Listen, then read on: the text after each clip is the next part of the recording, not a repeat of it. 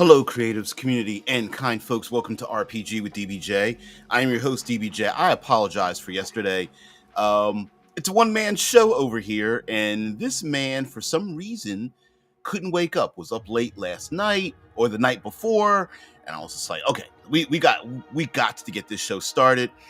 Even the wife kind of elbowed me, like, "Aren't you supposed to have a show right now?"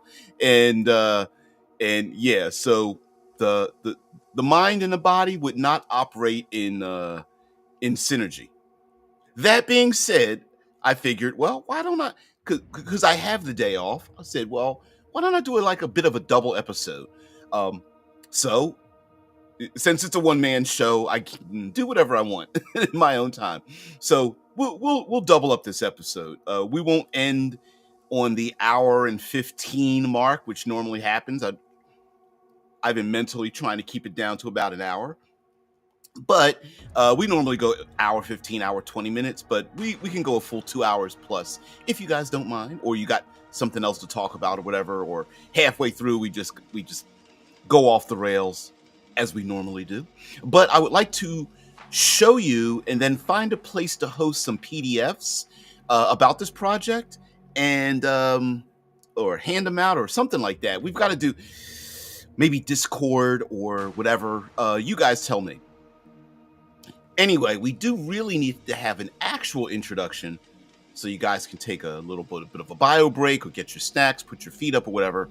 So let's do the true introduction to the show and then get back into the further developments of Obsidian Star, a rules light, hard science fiction, post-human setting and all that good stuff.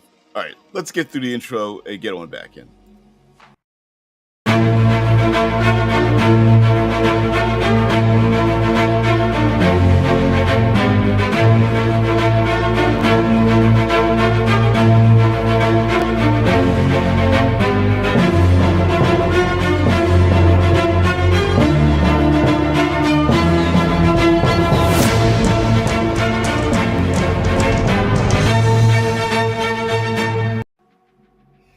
Again, as the crawler below says, hello, creatives, community, and kind folks.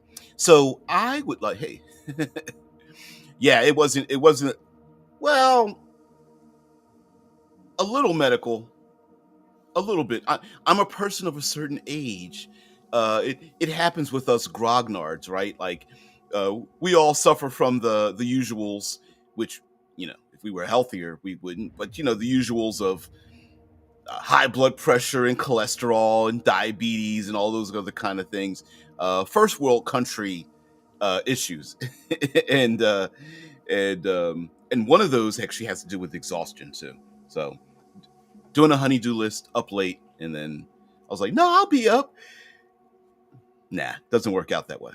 All right, I got to share with you some things, and to get across the idea of course, we're going to do the character creation thing. I think that's the big part of the game.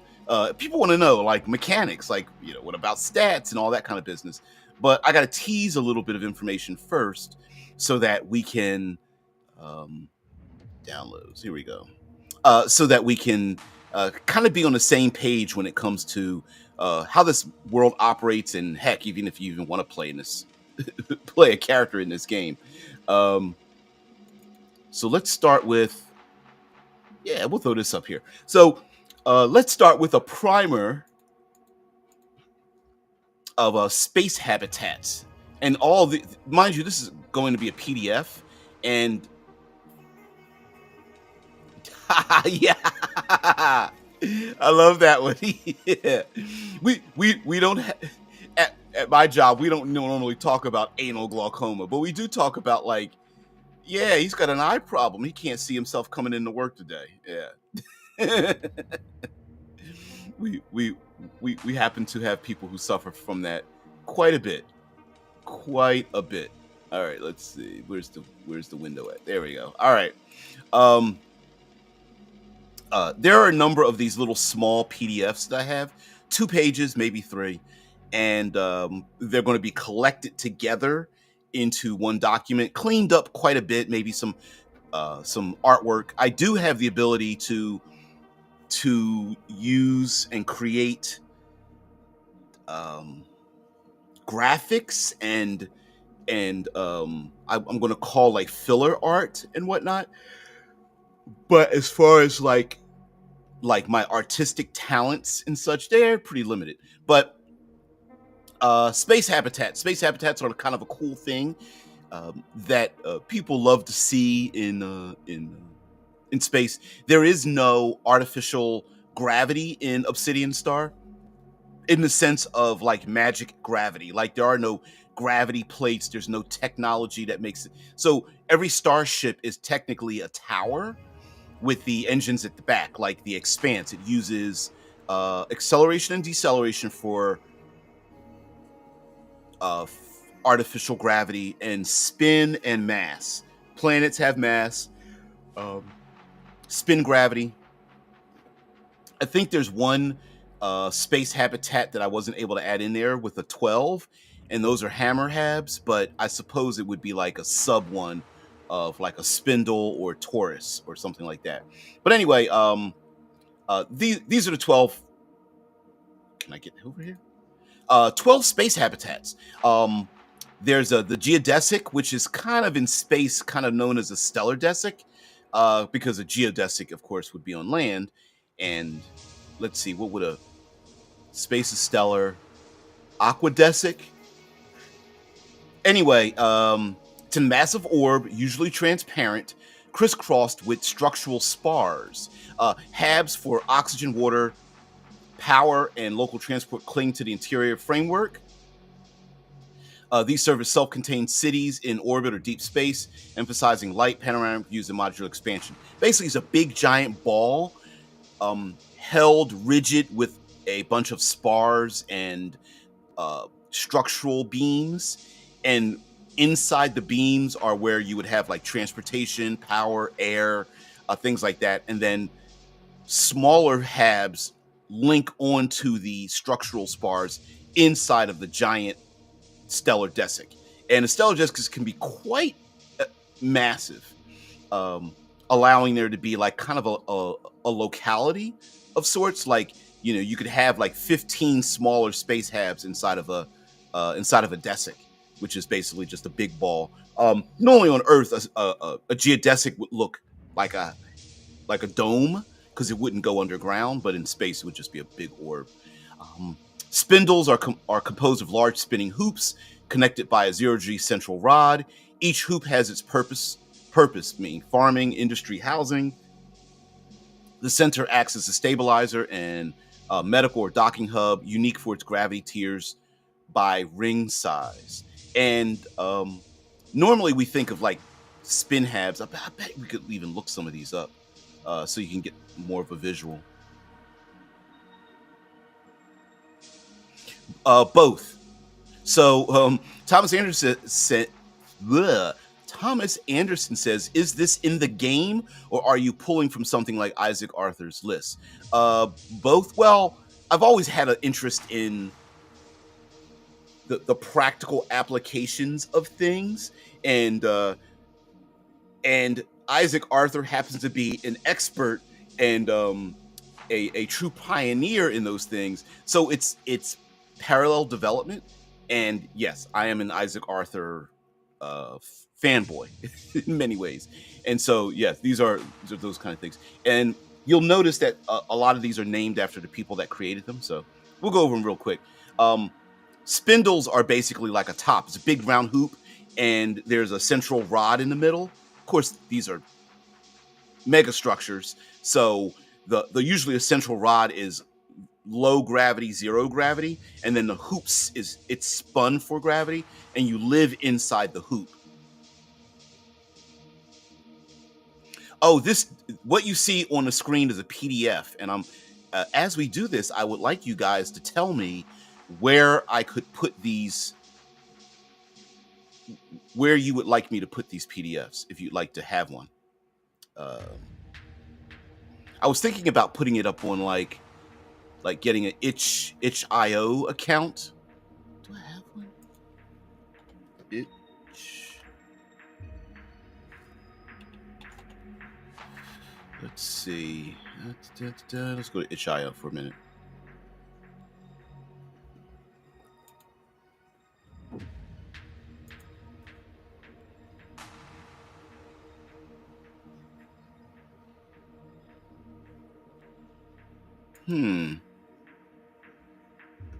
I do have a itch.io account. Ah. Huh. Huh. Huh. Okay. All right. I do. All right. So I do. There is a way for me to do it. Not too smart.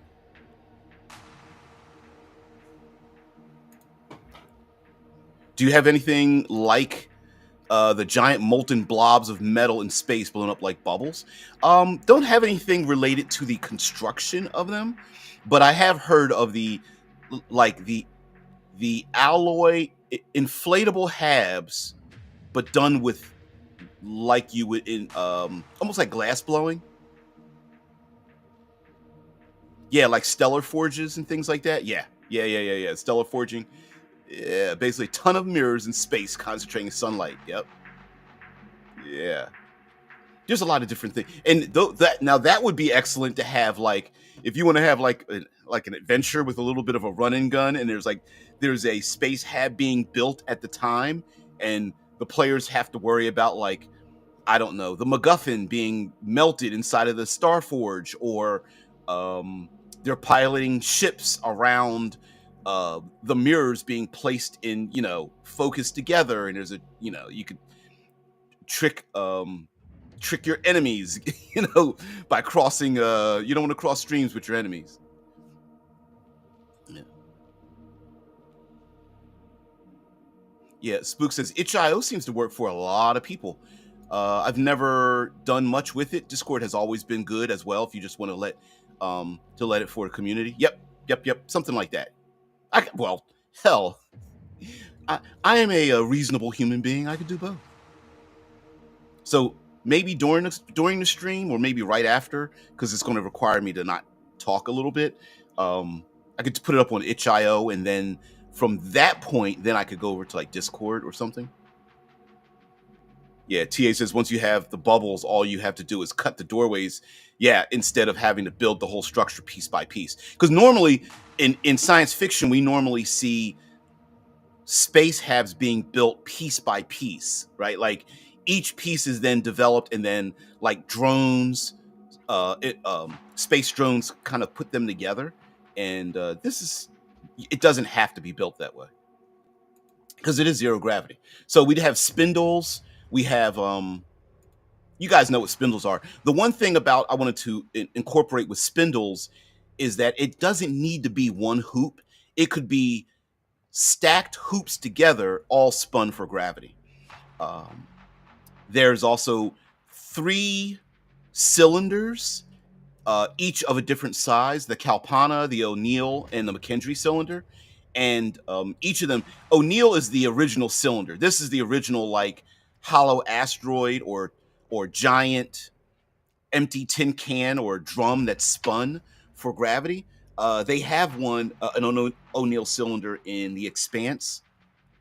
At one point, it used to belong to the Mormons, and then uh, the butcher took it over. Uh, Fred Johnson. He ended up taking it over, and so the Kalpana is smaller. It holds about 3,000 people. The O'Neill cylinder is a classic megastructure, holds about 100,000 plus, and then we move up to the McKendree cylinder.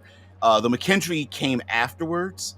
These names are the names of real people. The McKendree came after, with the onset of the idea of like graphene and carbon nanotubes, usually with a population exceeding 1 million.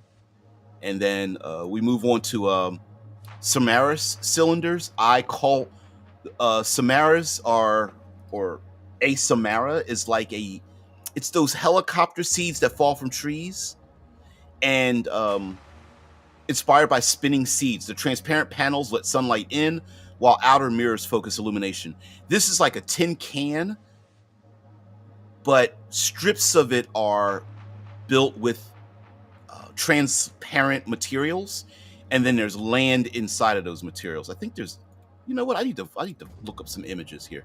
Let's see.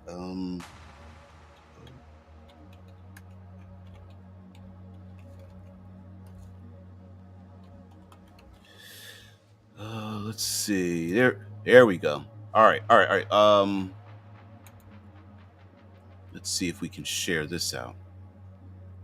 So this is, come on, give me my image. This is open source. I know you're open source.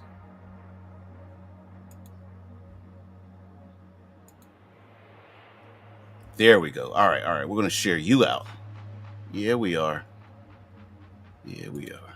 All right, let's replace the image. Let's see. Yeah, there we go. So this is one type of O'Neill cylinder. The idea of this one is that you can see the 3 strips of land. There's even lakes here, which is kind of important, land and whatnot. And then there are these open, transparent locations. And the reason for that is that you could spin it, and when sunlight comes in, it will illuminate. So I'm going to assume. Oh, I see what this is. So you'll see right where the cursor is moving, it looks like there's sunlight. What that is externally, that is a mirror focusing light onto this strip of land. And then off to the left and right on the slight horizons, those are also mirrors that are cantilevered outside of this structure, megastructure, that are focusing light also on these other parts. And you can create daylight and nightlight by altering the mirror's scope. And there's another one. There's another picture image of this from the outside. And this is what it looks like from the outside. And this was the initial, the original O'Neill cylinder. So you live inside of the, you have 2 rods people live in. They are connected, spinning in opposite directions, but both creating gravity, so that the spin doesn't like throw the whole system off. And then you have these external mirrors, and then there's this ring for like hydroponics and things like that, docking and whatnot, for the thing. That was the original idea. But there's after that, there had been the idea. Oh, here's another image. Let's see if we can pull up one of these. No.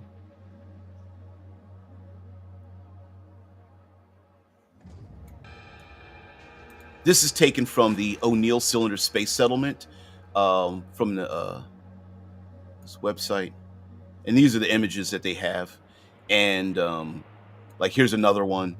Here's another image of a giant mega city inside of the dome, and then the clear portions of it visible from the outside. And then here's an image again from the inside with reflections and things of that nature. That's one version of it. Then the other version of this is okay, let's close this out. Where's the, let's go ahead and show you guys an internal city. Let's see. Nope.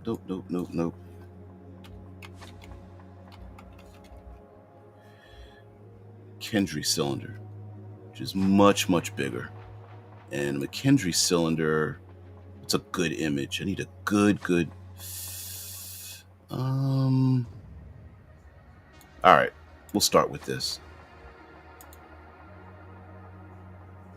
Come on, expand out. Is that the best we can do? All right. Well, we're just gonna have to use that.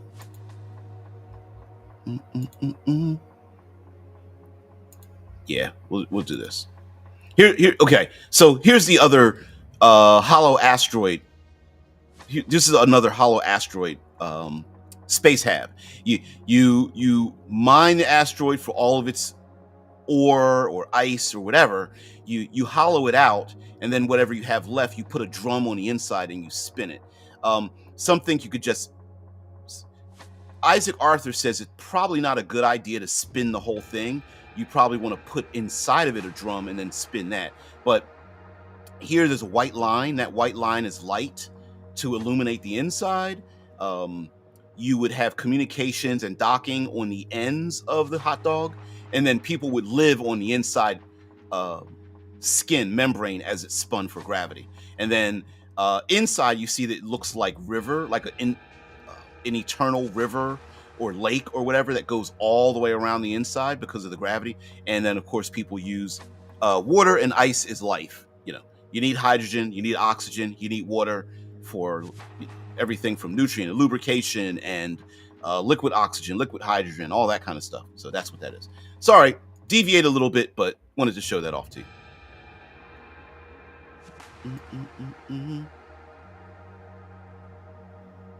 Yeah, yeah, I see that with the chat moving. Yeah, I'm coming in. I'm coming back in. TA gets this is it's like TA is the engine, the intellectual engine. He gets this is his specialty. Talking about launching electromagnetic stuff. One of the ideas of building these, having like a stellar forge and whatnot, is you could literally just take one or more like asteroids or meteors or comets and things like that, and you could just literally like heat them up and mine them while they're in space.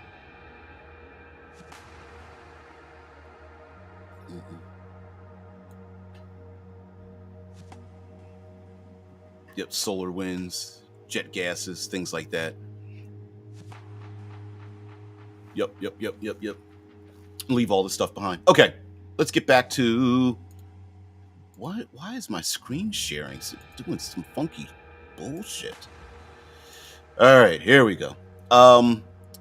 So the big three cylinders: O'Neill, McKendree, and Kalpana. There's another website, Kalpana. There's an artist that did. Let's see if I can find it here. Come on. Let me see.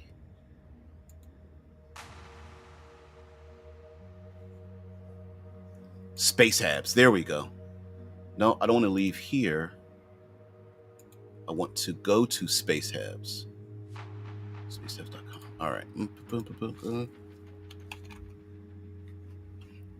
Yeah, we'll do this.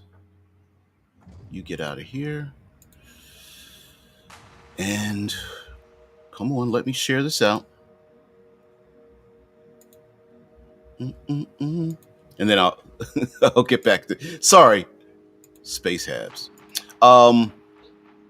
Spacehabs.com. Great website. I believe it's the website of a graphic designer, and who also loves Space Habs, and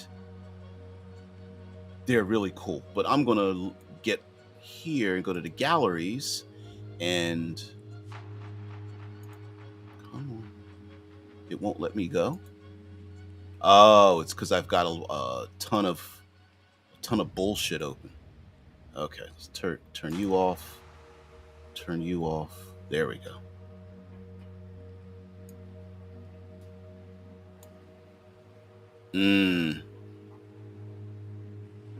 Here we go. Okay, so this is a visual image of what a Kalpana is. It's basically the smallest rotating hoop-like or cylinder-like habitat, and known as a Kalpana by a astronaut from India, I believe. And there's some pretty cool imagery here. Kalpana 1 Space Settlement.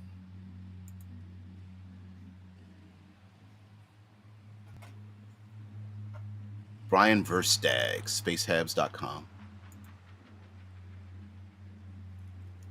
Looks a bit swampy to me, but I mean, yeah, I could see something like that happening pretty easily. Some stagnant water. You don't get that good flow. There's some curvature. There we go. People below in the boat, you move up, you can see some curvature going on. So yeah, kind of cool. What's a good image? A good large image. Come on.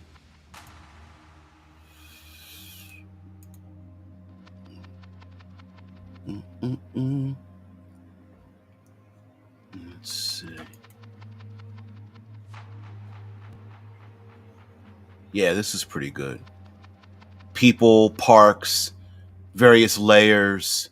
You kind of don't need traditional like asphalt or concrete.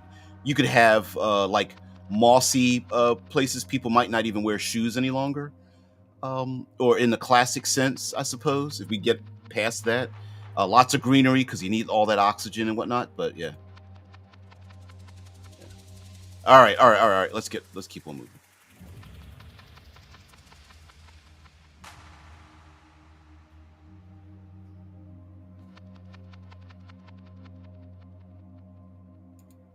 TA says those look like the pictures too of arcologies, massive planet-wide cities with cities that reach high orbits. Yep, completely enclosed. Ecologies or something like that. I always thought they were called arcologies myself, but there's actually a name for that. Whatever. All right. Replace the screen sharing. Let's go back to here. All right, so we got a lot of those. Excuse me. Space habs, Samaras habs. Those are the ones that look like dropping seeds from the helicopter seeds that fall from trees. Those are the ones that look like that. There's the Bernal sphere. We all know that you can't really have a sphere in space and have equal gravity on every side, but essentially a Bernal sphere is a O'Neill cylinder crushed down to a ball. So a spherical station with gravity that changes from equator to the poles, used in medicine, sport, research, ideal for training, hospice, specialized gravity-based testing, things like that. So the further you go up move away from the equator, the lower the gravity. There's the Stanford torus, a vast hoop spun to simulate gravity. No central rod, just a ring with internal ecosystems. A Stanford torus is like enclosed, so it's not really a ring world, but good enough. There's a tin can lattice. So we know what our international space stations look like. They're basically like these tin cans that are linked together in the X, Y, and Z axes. And in this instance, you take them and multiply that by hundreds or even thousands of them. And you can make a big giant cube where there's zero gravity in all of the tin cans. You just keep clicking them together in a three-dimensional space. So these look like lattices, look like cubes. There's the ring hab or bishop ring, essentially a ring, a massive megastructure that's so big that when it's spun for gravity, the air stays on the inside with tall enough walls. Now a ring world, a true ring world, would be a giant ringed structure as large as Earth's orbit, which is the of course Ring World Engineers, and what's the third book? Is it Return to Ring World or something like that, or Ring World Rebirth or something like that? But there's like three books, all very good. Larry Niven, I believe, did the original Ring World. There's Frost Havens, aqueous habitats encased in ice or fully submerged, built from comets or flooded stations, supports aquatic life used by mariners and aquatic factions. Water acts as radiation shield and life source. Basically, either like a natural one, like a comet that's all ice on the outside, or like a small rogue planet or moon or whatever.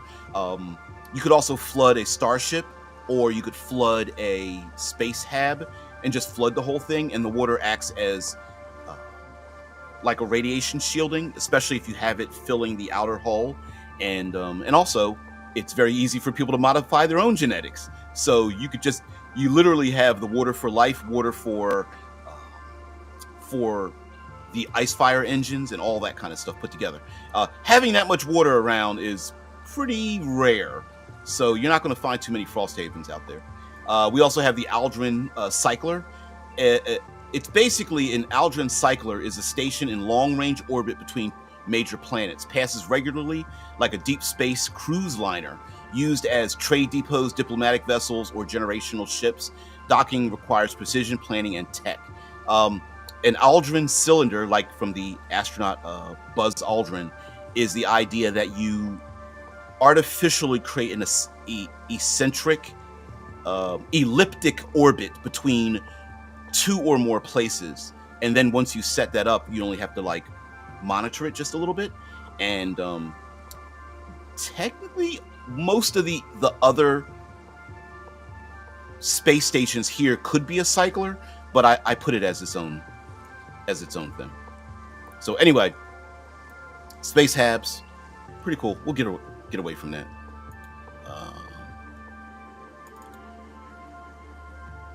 No, we don't need this one. We need, where's the other document, other PDF? There we go. We need all the jackets. Bum, bum, bum.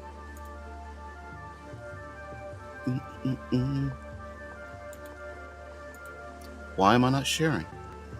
Oop. Okay. This has got to stop. I'm just trying to do my thing. There we go. Like I said, there's no artwork here, although I can go to some of the imagery if you don't mind me doing that.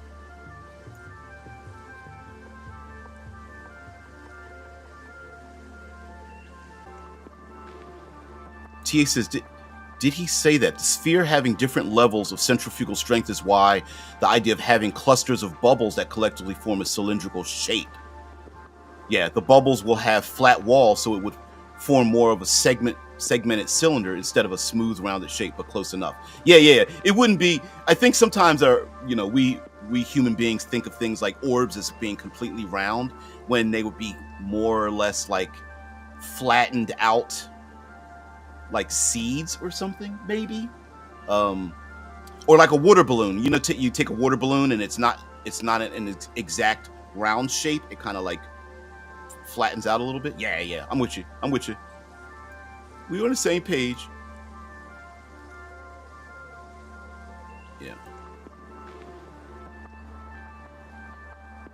Yeah, and like TA says, Shy Squad says, a sphere in space wouldn't have equal gravity at all on all sides. Why would it have gravity at all? Do you mean artificial gravity through spinning won't work on a sphere in space? Artificial gravity will work on a sphere. It'll just be around the equator. And then if you stand on the equator and you spin the ball, you would have, I'm going to call it standard gravity or gravity 1.0, right? And then as you walked up the walls, the gravity would decrease until you got to the poles, in which there wouldn't be any gravity. But you could create tiered levels on the inside of the orb, so some people could live in lighter gravity than others. And instead of living there, you could have like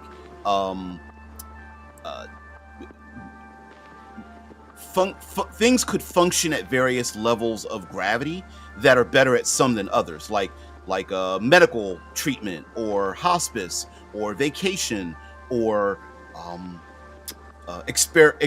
experimental use or development of alloys or medicines and things like that. So yeah, you want to see how this new genetic plant works in various gravities.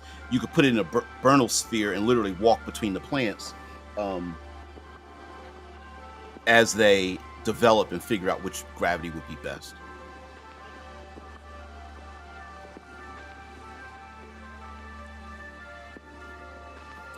Yeah. That's one of the dangers of having these giant megastructures is not having the ability to protect one section from another. But there's also there's human hubris too, right? Like, yes, having a whole cluster of bubbles together sounds good, but let's be honest, we human beings are pretty arrogant, and we'd want like someone with enough money or a corporation or a government or whatever would be like, no, I want to make a big giant hab. And a lot of these giant mega structures will probably be built from clusters of smaller ones, and then the bigger one could be built off of it, stretching off of it, or the smaller ones could be deconstructed and made to be bigger. Yep, like how they put doors and walls that retain pressure in areas not damaged to submarines and large cargo vessels. Yep.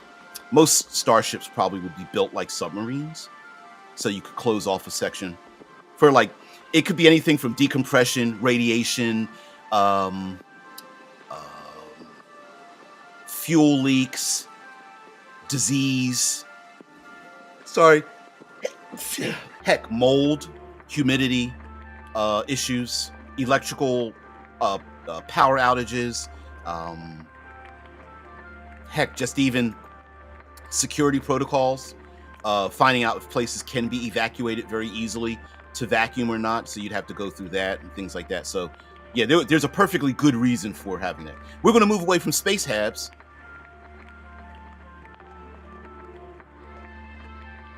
Yeah, TA brings that. Yep, you're so right. Sharing bubble walls.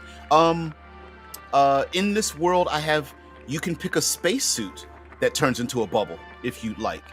Yeah, you like your spacesuit can inflate. It would look kind of funny having it happen, but it might be necessary where you can have a spacesuit that turns into a bubble, and then your bubble spacesuit can combine with somebody else's bubble spacesuit to make an even larger bubble.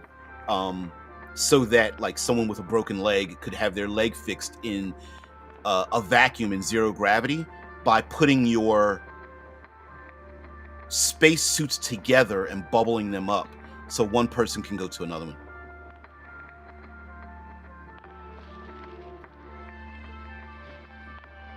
Yep.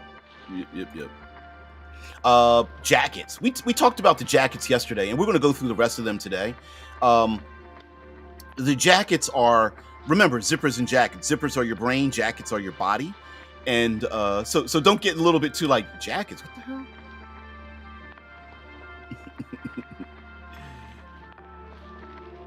Oh, the Bigelow inflatable habitats. If you guys don't know, they are literally today testing out inflatable habitats, which technically aren't that difficult to make in a vacuum. Of course, micrometeors are always dangerous, but I mean, what are you going to do? You can't avoid a micrometeor. So each of these jackets or bodies that you can inhabit with your digital brain are placed into 4 categories with 6 options in each of those categories. And we begin with the lowest level of humanity, which are dregs. Dregs are classes of people or jackets that don't have a position in the society of the system. So it's not that they're useless, but they are socially at the bottom of the totem pole.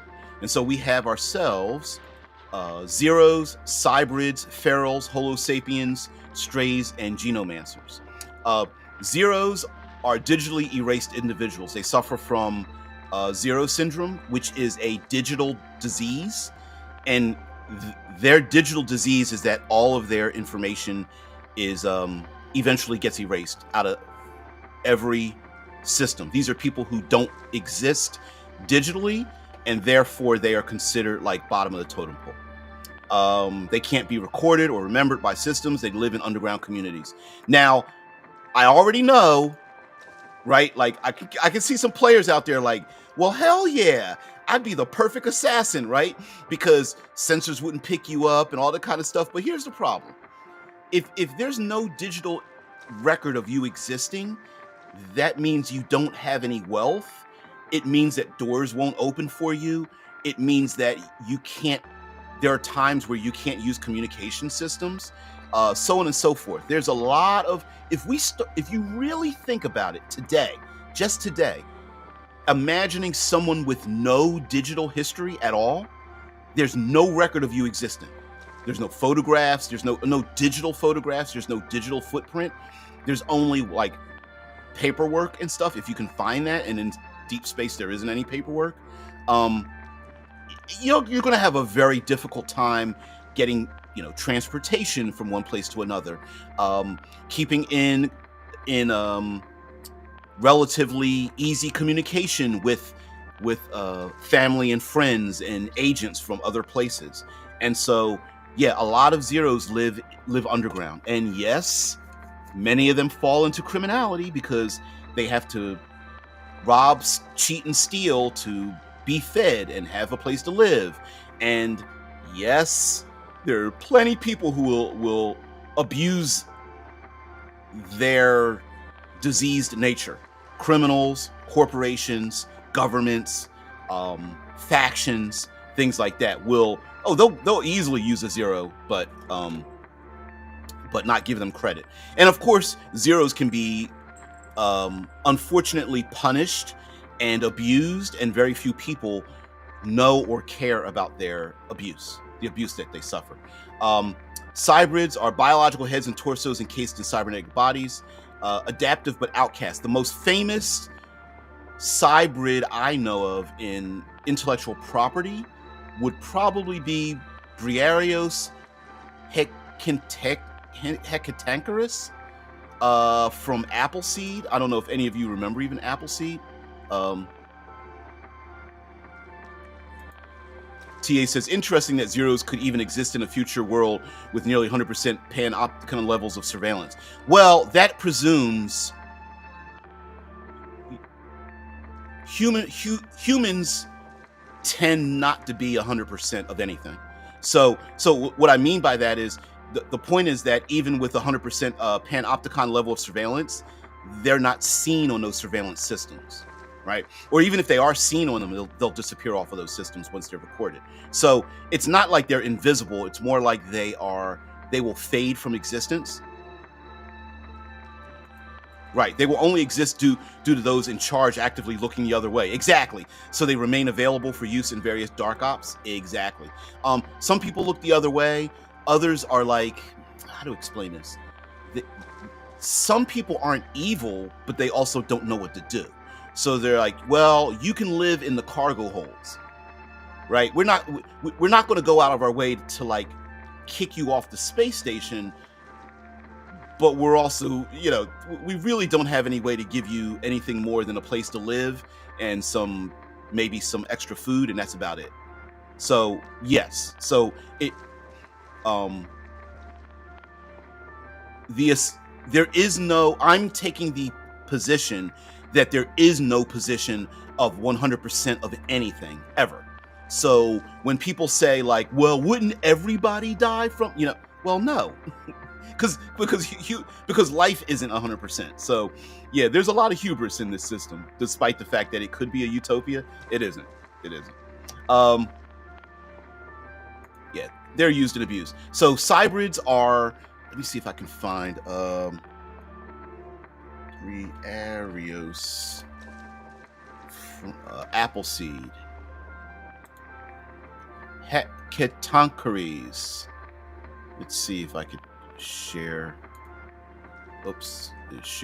his image out here. Yeah, there he is. I'm sure you've seen this character before. He's probably one of the most famous from the 80s and 90s. Let me see images. He's got the little rabbit ear, sensor rabbit ears. There was a good, I'm going to click on one of these.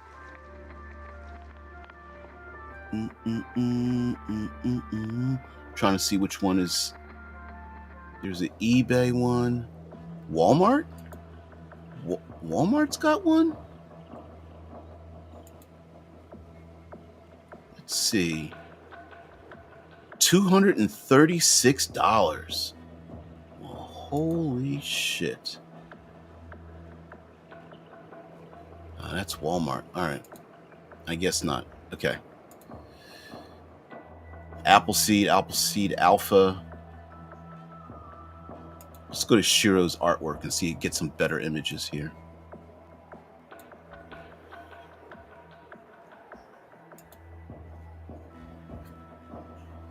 There we go. This is a famous one. I think I have some of the Yeah, the anime books. And this is one where he does like a rocket powered super leap, and he accidentally blinds his partner slash girlfriend, kind of, Dunin, because he moves so fast that the blood pulled to the side of her brain. There's another. That's not a good one. Neither is that. Damn it! What? How hard is it to get a good image of this dude? Sheesh. None of it's good. Wow. All right. Whatever.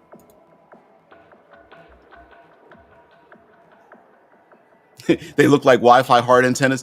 In the graphic novels, yeah, he uses them like that, where he'll stand behind a wall, and then one of his little rabbit ears pokes around the corner with a camera and a microphone and stuff, and they move independently. Yep.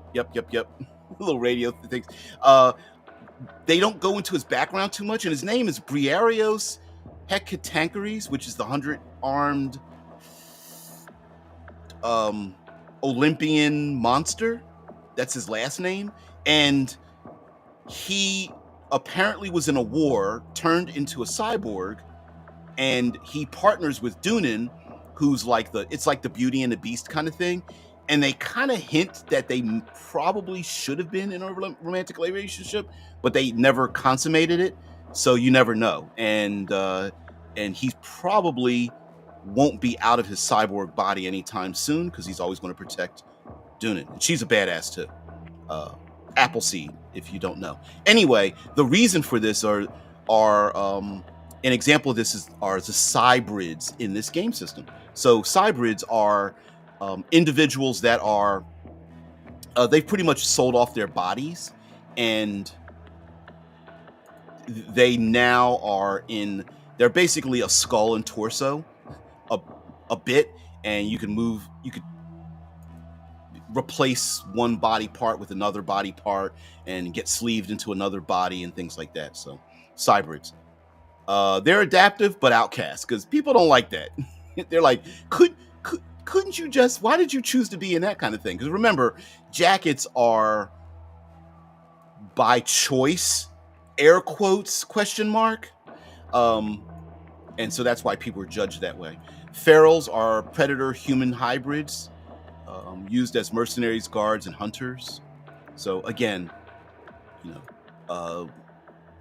serpentine, lizard, lupine, feline, avian type of DNA mixed together with human. Homo sapiens are digital ghosts of deceased people, exist in the flow. Deciding whether I want to keep that word, the flow, maybe the tapestry, I don't know. They're unable to move on. They're basically ghosts in the shell, ghosts in the machine, I guess. Homo sapiens. Strays are unmodified natural-born humans, prized for genetic diversity yet socially ostracized. No matter how many genetic divergent people are out in deep space wanting to go off and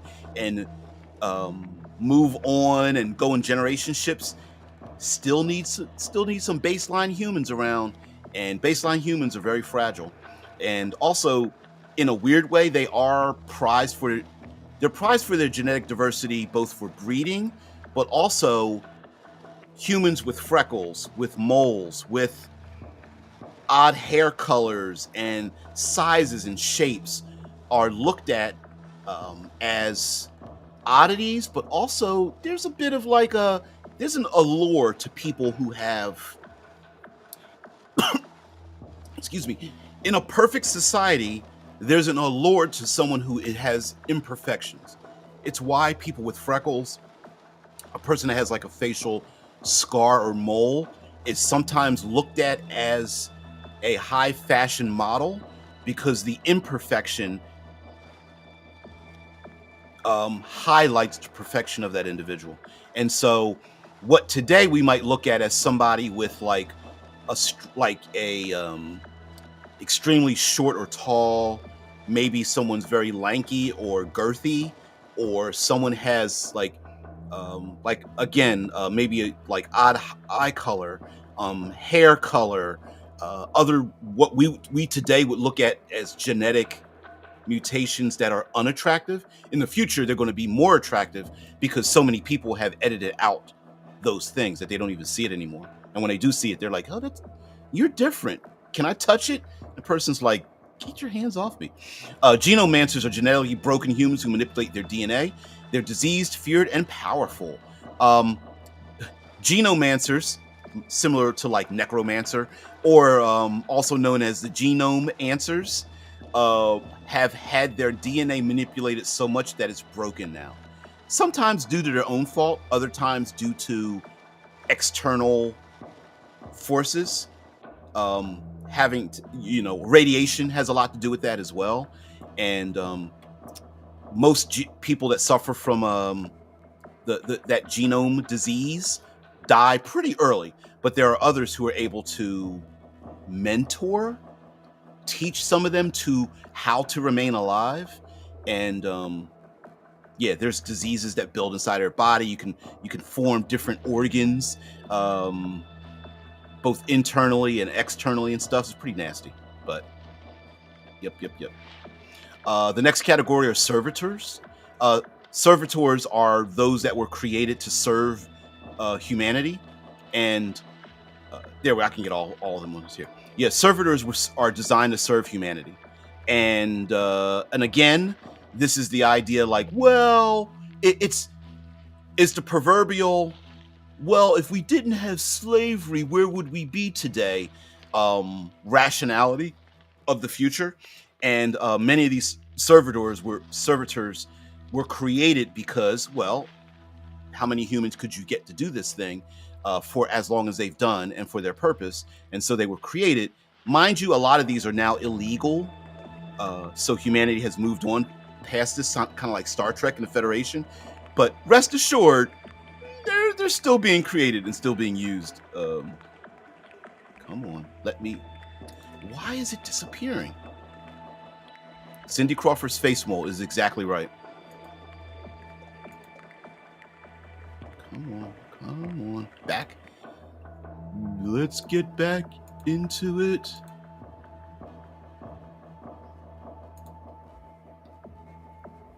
TA, trying to keep up with you there, TA.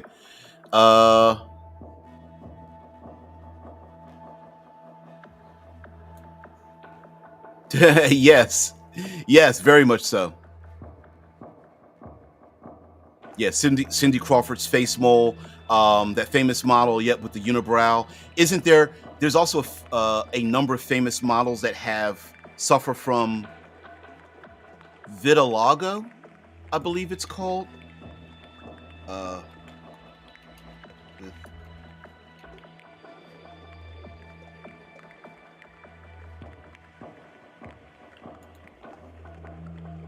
Let's see if we can find some images. There we go. We're going to share this out. Boom, boom, boom. Yeah, there are some models that have replaced this with this one. Models that have vitiligo. Let's see. I remember her. She has it around her face. It's the most famous one here. It's Pinterest. Big image there. Another one. Here she is. It's not Winnie Harlow.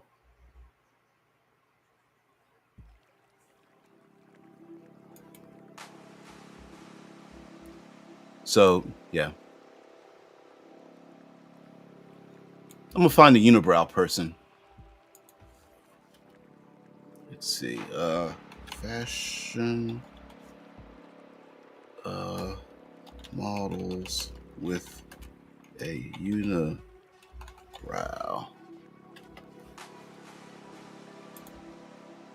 There we go. There she is. I couldn't remember the images. But yep. Unibrow. I know a young lady when I was in school, young lady that was doing modeling. I think she was like 16, 17, 18 at the time. And her mom was putting her modeling, and she had extreme what would you call that? Like extreme hair, and she had very long chops on the side, like Wolverine chops on the side that were always like curled and things like that. She kept them. Bored panda model refuses to pluck her unibrow, which is always weird for people. They're just like the person gets famous for the thing that's air quote wrong with them, and then people want them to get rid of it. Like, wait, that doesn't make any sense. You literally only know this person from that, what would you call their mutation, I guess, right? And then it's like, well, and then everyone's like, I don't like it. Well, don't look at it. People are dumb. But guess what? They're also, because they're dumb, they're like that.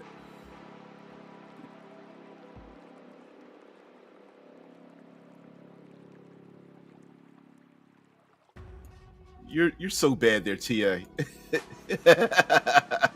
Yeah. We're going to get to a little bit of that. We'll get to maybe close to it. Maybe close to it. All right, so the servitors. Come on back up there. There we go. Cro-Mags are physically powerful laborers with underdeveloped brains, debated as a slave caste. Cro-Mags, like I said, it's a general term, slang term for proto-humans that were created for like physical labor to be, and they're genetically created to be mentally subservient, underdeveloped, which has proven to not actually be true. And have there been Cro-Mag outbreaks or whatever?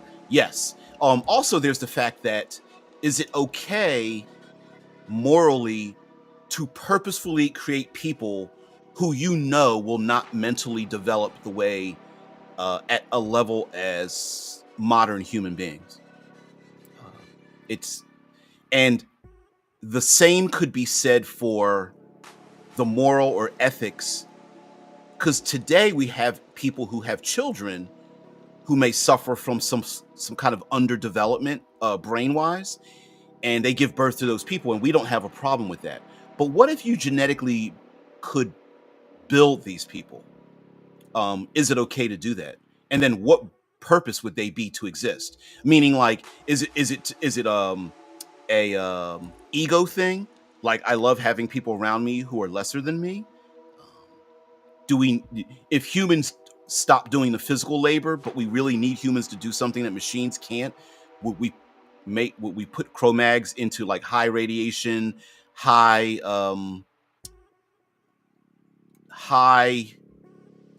chances? And when I say high, 5%, 10%, 30% chances that some kind of harmful or lethal element might happen?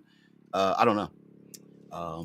Then we have Autons. Autons are tireless robotic humanoids, serve in hazardous environments. Again, same thing. And Autons are autonomous, so they are not linked to they're not linked to like Cyberdyne systems and Skynet, right? That's kind of the purpose of having Autons and why people trust them, at least on some level. But they are machines, so if they start getting personalities, do you want them to keep digging into radioactive trash heaps or not?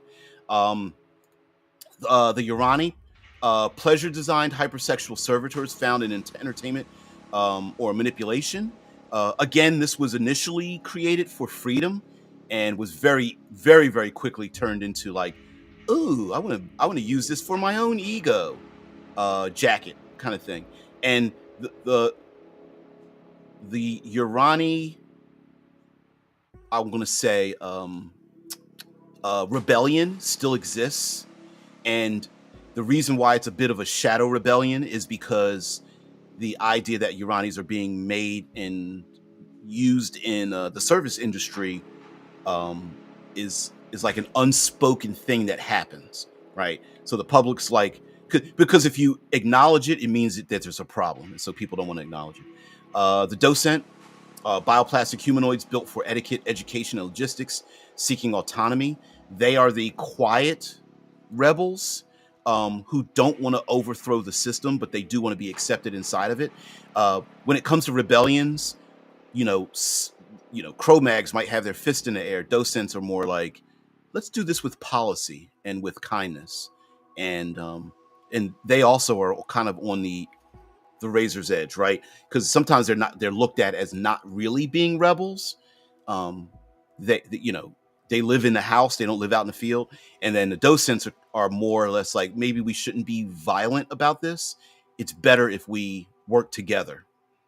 And also, they've been created to be subservient as well. Emulants, another thing, emotionally limited humanoids who emulate feelings, passionate about only programming, meaning like an emulant could be a chef and all they do is cook food and they know everything about cooking. They're passionate about it. That's what they do. They can have a conversation about cooking forever. But if you ask them about comic books, they don't know a thing. If you ask them about vacations or I don't know, auto racing or knitting, they're like, I have no idea what you're talking about, and you're confusing me. Please stop talking to me. And then farmers, living medical dispensaries capable of producing drugs and healing chemicals, often criminalized. Yes, very. In the beginning, farmers were supposed to be like an adjunct to the medical industry, and allow them to be taken on long range missions without taking up space. And they basically have glands that can produce various types of drugs and chemicals and things like that. Very, very quickly, they became inducted into a criminalized society. Some choose to become farmers, others are forced into it. So, yeah, there's even farmers that have become like cult leaders. See what you guys have to say. Why did I stop sharing?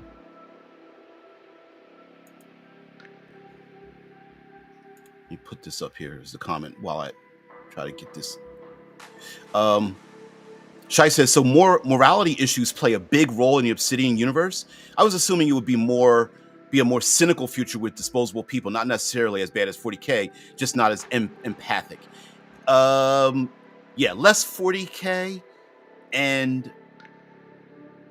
but I did want to incorporate quite a bit of ethics and morality in it. Now, mind you, players don't need to be part of it, but it doesn't mean it doesn't exist. You're so bad there, TA.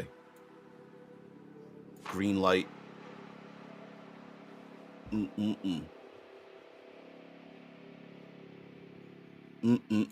He's crazy. Green light, crystals ejecting UV laser aligned photons out of the eyes. Yep, to make laser light. There's been a number of what are they called? Scientists that try to prove how you can make superhumans. So, third category are adapts or adapts. They are adapted to the place that they live, and they are in command when they are in their element, and a bit limited when they are outside of their element. I mean, and that's a very extremely generalized term that I'm speaking of. So we have the simians, engineered for space, violet skin, prehensile feet, vacuum adapted. I'm probably going to change this violet skin thing, but they are vacuum adaptive, meaning like they have monkey feet, and they are adapted to not vac adapted. They are zero gravity adapted. There's the avians, winged humans for gliding in low gravity, beautiful but fragile. Same thing here. You would wonder where the heck avians would even exist in deep space, but not only can they live on Earth, which is a little problematic there, there's a lot of low gravity and zero gravity space habs filled with air.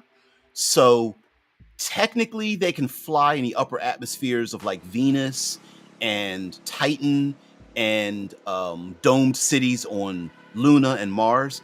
Of course, you wouldn't be able to survive very long in the upper atmosphere of Venus, or even survive very long in the cold, poisonous atmosphere of Titan as well. But to each their own, right? Then we have Titans. Cold tolerant humans built for Saturn's moon Titan maintain mega data complexes. The reason why Titans are even exist, even though it's one location, is because the moon Titan has one industry, and that is uh, computation. It's so cold there that it makes the perfect place to create more and more data that the system needs to use, and there's people who basically live in and amongst the heat towers that are on Titan. I'm sorry, I have to have a bio break, so I'm going to step away from the microphone.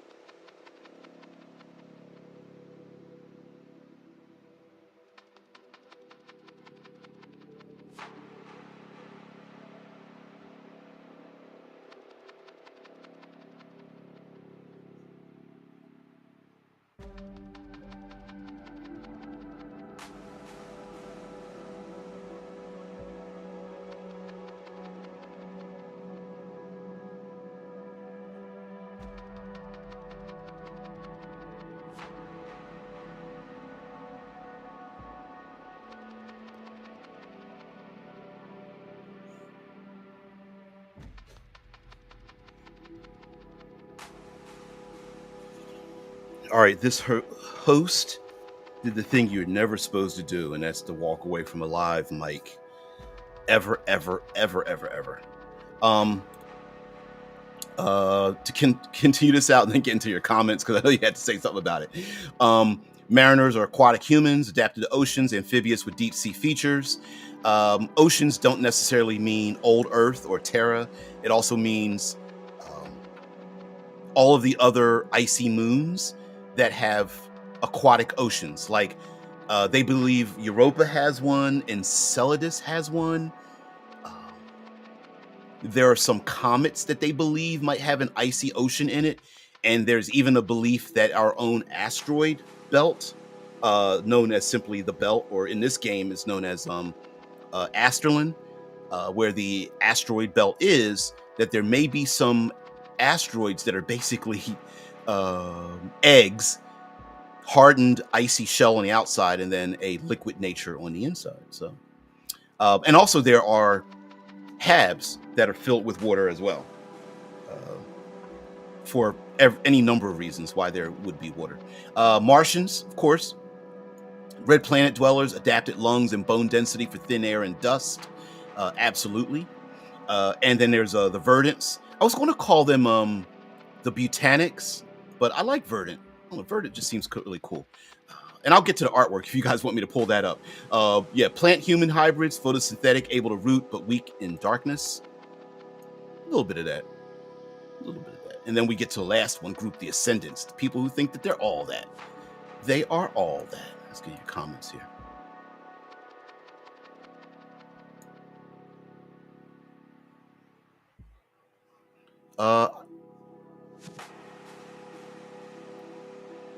Let's see. Shai says, have you considered giving people examples of what roles the player characters might be in at the start of a campaign? I always assume they'd either be outlaws or guys on a mission. I do have that. You know what? Perfect. Thank you for calling that up, because I'm gonna pull that up in just a minute. Yeah. I'll show that to you in 2 seconds. Let me get your comments, and then I'll pull that up as well. TA says, I could see something or someone being very shock or strikingly fragile while still being very durable against pressure, like in Venus's atmospheres of 91 atmospheres of pressure. Yep. Since compression versus stretching damage is very different. You're absolutely correct on that. I also want to make it interesting, right? But TA, you are absolutely correct in the fact that, like, when it comes to materials, that compression and stretching are two different ways of materials.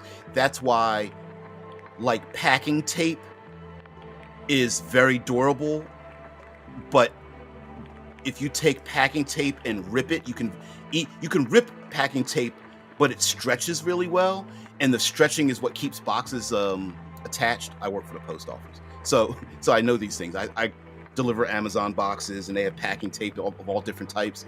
And yeah, packing tape is done where laterally you can rip it across. It's that classic brown packing tape, but when you stretch it, it's very difficult to break. And getting that balance in is kind of, and you could do that with people too. Yeah, glass is one of those things where it loves being compressed and is very strong in those situations, but being flexed easily breaks it. Yep. And that's where, like, very unique materials like graphene and carbon nanotubes come in, because many of those they have strength in multiple directions, more so than some materials. That's why you'll see, like, glass is used for certain alloys are used for in one situation than other. Like today with building materials, we want to have building materials that can suffer a lot of compression, but the taller we build, you realize that they also need to be strong for flexibility. And then when we start building like space elevators, it's not just compression, but you also have to worry about stretching too. So yeah, yeah. Actually, space elevators more or less dangle down than reach up. Even though we kind of think of them as tall towers, they're actually chandeliers that stretch down. And there will be chandelier cities in this game. Also, TA says, seems very class-oriented, where the only way to break free of a class is to have your zip removed and placed in a different jacket. Well, here's the situation. Players have access to doing that, but the world doesn't change because of your personality and your attitude, right? So a player could navigate the world in a different class structure, and their motivations or their opinions about being in another class structure could have an impact on the game. Like maybe somebody deserves to be punched in the throat, and it's like, well, if you do that, you're going to ruin the mission. And they go, I need to throat punch somebody because these people are a-holes, right? It's that kind of thing, and players get to choose that. Now, it doesn't mean, like I said before, is this 100%? Hell no. No. There's people. There are always exceptions to the rule. So every one of these is an exception to the rule, but you got to have a rule first, and so we're working on the rule first. Lastly, ascendants, and then I'm going to get to like what the member of Shy Squad said. Well, what do you do? Like what? Okay, great, you got all this stuff, but what do you do? So I'm going to call that up. So ascendants, the Zenith, come in 3 subtypes. There's the Olympians, the Delphi, and the Phaeton. And they're hyper-competitive elites. Zeniths are like human beings pushed to the extreme, both body-wise, like athletically. Olympians, running, jumping, swimming, breathing, lifting, toughness. The Delphi are mind. Your brain is overclocked, your skull is bigger, that kind of thing. And Phaetons are social. They're like the perfect smile, the perfect skin, the perfect words, the alluringness of them across any racial or social or whatever. And then some of them combine each one, but those are Zeniths. Lunarians are moonborn, iconic figures of humanity's first step into space, wealthy but frail. Lunarians are, or if you are born from a Lunarian, you're one of the first people to have stepped into space and born into space. And many of them are descendants of the original settlers of the moon, of Luna itself. And so they are Lunarians. And you can play one. Basically, your blood goes back to the original settlers, and you have the wealth, the millions, billions, trillions even, that have built up of the wealth that they created. But they're also a little bit, they're like tall, and they still have the Lunarian light gravity look to them with the thin, frail bodies. So it's a trade-off. They're also arm candy as well, which is unfortunate, but yeah. There's the Mindovers. I changed the name from the Adren, or the Adrenal, which basically adrenal. I changed the names to the Mindovers. No one wants to call them moms. I think that's stupid. But they do have mind over matter. There are neuromonks with full control over bodily functions, trance masters, and martial artists. They do have a limitation in the sense that they have to consciously return their consciously altered autotomic function back to being unconscious again. So they can, what we normally think of as unconscious, your heartbeat, your blood pressure, your neurological signals, your adrenaline, your heat dissipation in your body, heck, even things like your tears, your ability to digest food, and all those kind of things. They have control over that. Pain editing and sleep and all that kind of stuff, even their senses and stuff. But, and it's kind of a faction in a way. But once you learn to master that kind of stuff, you have to learn to unmaster it as well. The Arjun are AGI human fusions, can enter and manipulate the flow, sometimes seen as soulless. They're humans that have dedicated themselves to the in a way, they are cult members of the cult of the AI. Absolutely. AI as deity, and they are agents of that function, and they've given themselves over to it. So they're kind of half humans being ridden by AI, kind of. There's the Kresh. Those are the clones. Clone society, alike in behavior and body, outsiders struggle with individuality. And then there's the Novus, deep space nomads, engineered to thrive in the void, see themselves as the future, human 2.0. Resistant to radiation, they're the ones with the purple skin. I forgot, I mixed it up, etc. So anyway, we need to show you, let's see, let's call up, let's call up this document here. We'll do this. Come on. Open up for me. Increase the size to 150. Hopefully you'll be able to see this once I stop sharing it. There we go. Let's get this a little bit larger. Let's go 200%. 200.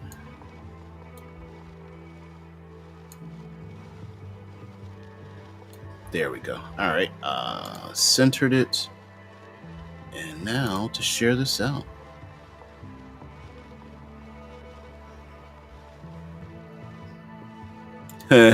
TA's like, at least you did not call people selling the moon moonies shaped like weebles that bounce around. That bounce around to get around with their pants falling down each time, giving more than one reason to call them moonies. No, nothing like that. Well, and also there is this idea of like, sometimes we have, how do I say this? Sometimes there's an official, we know that there's an official word to call a thing. And then other times the slang just sticks, even though we know it doesn't fit, but the slang sticks. And in this case, I don't think they would appreciate being called moonies, even if people do call them moonies behind their back, right? They call themselves, with my pseudo arrogant semi-Euro accent, they call themselves Lunarians. Yes. Oh. Lovey.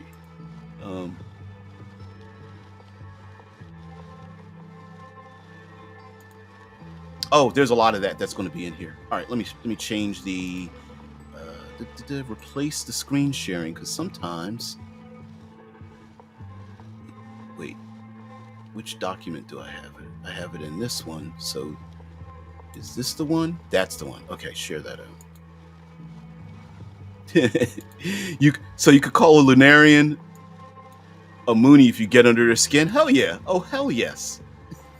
Yeah, unless they have a good sense of humor, which might not be true, but yeah. So players are together, are grouped together as a constellation, and because they're stars, and a number of stars together makes a constellation. So a group of player characters are constellation, and here is a 12 ways in which the players can play, choose what kind of constellation theme they want. This is also going to be used for what is the setting like, if you want to have a way the setting is like. So you could roll on it actually 4 times if you want to roll on it. You could say, okay, we as players are going to be one of these 12. And then in the past, the solar system was this way. Currently, the solar system is a different way. And in the future, it's probably going to turn to a different way. Right? If you don't know what the hell's going on. So if you're new to this and you're like, I want to play science fiction, but I really don't know what kind of theme we're going to have. So we have the Ascendant Society, where the PCs are responsible for an enclave of futurists. Basically, the PCs are in charge of a group of innocents somewhere, somehow. And you can place them on a starship. You could place them on a hidden moon somewhere, an enclave, like putting them in they could be underdogs protecting the under privileged. They could be the players are responsible for an enclave. Maybe it's scientists or futurists. It could be survivalists, anything like that. Pirates, family, something like that. Second one, the biotech war. The PCs are embroiled in an interstellar war, and the idea of this is there's no Cold War; it's a hot war going on, and throughout the solar system, there's open warfare. And remember, you don't really want war. You don't want that because of the debris that's cast around. If you destroy a starship, you're literally creating fragments that will be around for a very long time, unless they burn up or get pulled into an orbit, or like a stable orbit, or they pulled into the sun or re-entry or something like that. For the most part, you're creating, which is why there really isn't war in this setting, because there was a fourth war. The fourth war is over, and everybody hated it, and they're still suffering from the elements of the fourth war, most of which is our old fourth war machines, autonomous fourth war machines that are still awakening even till today, sitting there like autonomous AI self-propagating landmines, stellar mines, as well as Kess, which is from the Kessler syndrome, which there are waves of Kess that are throughout the solar system, and people hate it. I mean, it might be a couple thousand years till all the Kess is gone. Most people don't want to wait that long. Bladed Jade is the PCs are a criminal faction in an underworld of crime. This is the proverbial scum and villainy type of game where the players are criminals and there are other criminal organizations and are dodging law enforcement and things like that. Cold Fire Crisis. The PCs are ice wranglers. Ice water is like gold. So in this case, it's more space. It's more space. Space. Interstellar. Why is my brain? Mad Max Fury Road, right? Where in order to travel from one place to another, you need oxygen, you need water, you need O2, you need oxygen and hydrogen for in liquid form for fuel. You need water because everybody needs water. You need oxygen to breathe, although not much of it was 14% mixture or something like that is our oxygen. But whatever the case might be, the PCs might be ice wranglers, ice thieves, and it's more important than gold. Dark Moon Transcendent is the PCs are dark tech hunters and designers. So Dark Moon Transcendent is kind of like you're going after, controlling, and designing bleeding edge technology. And so there may be like corporations, criminal organizations, factions, whatever, creating technologies that are existential threats like antimatter, black hole creation, overabundant use of nuclear weapons, nano von Neumann nanotechnology. Basically, you are agents, shadow agents, going after existential threats to the entire solar system. And sometimes that means you might not make good friends, or you don't have time to make friends. Data core dystopia. The PCs navigate a system corrupted by data cores. This is the idea that the data cores aren't as secret as we would like them to be. And data cores are, how do I describe it? I've described it as the physical manifestation of theoretical sciences. So wormholes, antimatter, black holes, dark matter, dark energy, chaos theory, tachyon use for time travel, viewing or whatever. This is magic tech, and maybe the solar system, one or more or dozens of factions are finding them and using them to limited degrees on their ability to use that kind of technology, and the players are navigating a system corrupted by it. Now, they could be like the Dark Moon Transcended. They could be trying to shut it down, or maybe the PCs are just on the run and they're just like, why does this one criminal organization, why are they able to create wormholes to instantly go from one place to another, when we could be using that to expand our way to, to other star systems? And then all of a sudden there's like, criminals are basically jumping in and out of places by opening up wormholes and whatnot, or a wormhole opens up and then something terrible happens, whatever. Eldritch fusion. The PCs are hunting or hunted by Lovecraftian lab horrors. Basically, this is aliens. What's the movie? Life, the movie Life, and things like that, where experiments have gone wrong, very Lovecraftian in nature, and the players are living in a world where that's happening. And like I said, are they hunting them, or are they being hunted by such things? You look into the abyss might look right back at you. The hegemon fists, the hegemonic empire where the PCs are, or fleeing from a fascist imperial empire. So maybe there's a faction that has garnered lots of attention, like here, like us in the States, where there are people who are, hoping for a fascist regime for some reason, when we clearly are designed to be democratic, but whatever. The players could be members of that, like in a 40K universe, or fleeing from said fascist empire, and it's just spreading more and more. I would say think of Andor, to be honest with you, if you think of Hegemon Fist, right? Where I just want to be left alone, and everyone's like, you can't make that choice anymore. Star Knights, or I guess they would be Night Stars here, are the PCs are honorable interstellar envoys and enforcers. Think Wild West and being a U.S. Marshal. It's kind of like that. There's a number of anime and sci-fi where the players are like the special agents going around and enforcing the law in a lawless world. And so those are Night Stars. Silent Scream would be the PCs are scavengers delving into derelict habitats. Of course, all these can be combined together. This could be combined with Eldritch Fusion. It could be combined with the data core dystopia. Heck, you could even have players pick one. 4 players could each pick a different one, and you could kind of like vacillate between them. But this is scavenging. And now, could they come across things they shouldn't come across, or is this literally like, is this straight up with no hidden function?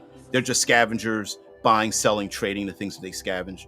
The last 2 here are am I still okay? I am still doing shit. Okay. The last 2 I disappeared. Smugglers Run. The PCs are smugglers and pirates dodging the law, which does combine with scavenging, kind of.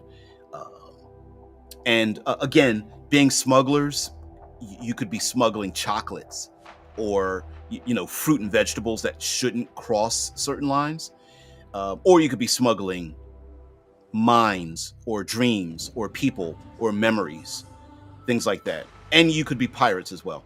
And then there's Stellar Punk. The PCs are anarch cyberpunks undermining corporations. Cyberpunk writ large. Cyberpunk writ across the entire solar system. So yes, cybernetics, cool leather jackets. Everybody's got a sidearm. Everyone has some kind of like glowing implant on the side of their neck or their face with mohawks and cool code names and talking in short clipped self-aware phrases and things like that. And of course all the cyberpunk isms, right, from the movies from the 80s and 90s to the Neuromancer books. What is it, the Sprawl series? I think it's Neuromancer, Count Zero, and Mona Lisa Overdrive is the Sprawl series. I can't remember. Or maybe I am. Maybe I'm not. I was wrong. Maybe I wasn't wrong, but I was mistaken. But anyway, you get the point. All right, we're done with that.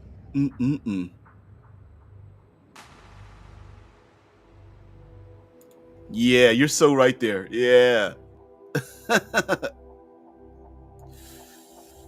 Oh, great. You already have Constellation startup ideas for PC roles. By the way, please remove that apostrophe. It's PCs, not PCs. PC. Oh. I bet that's self-correct. Yep. I bet it's. Let me see something here.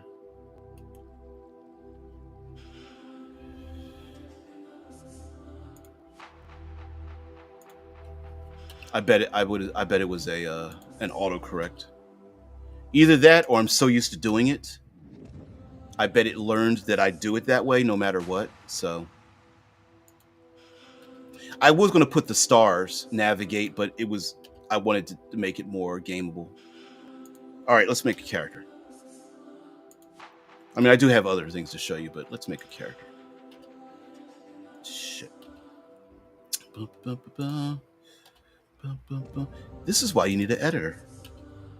Editors are the hidden dream of all endeavors.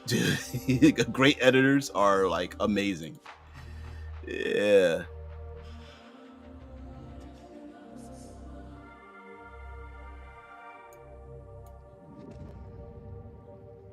Yep. See, I'll have to go through and scrape that away.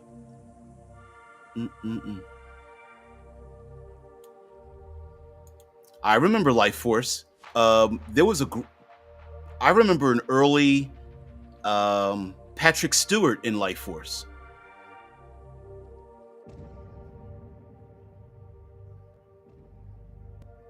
Says it's 20% or just under 20%, with about 80% being nitrogen gas. Yep. Nitrogen is actually pretty important too, as a resource for farming, because the soil needs a lot of nitrogen, which isn't.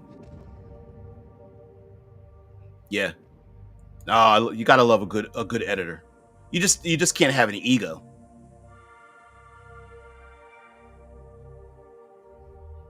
Yeah, you're so right. Yeah. First it starts with the apostrophes, and then it starts with the what's the other big one? The hyphens. There's different types of hyphens. Oh man, I gotta look it up. Sorry. What are the names of the various hyphens?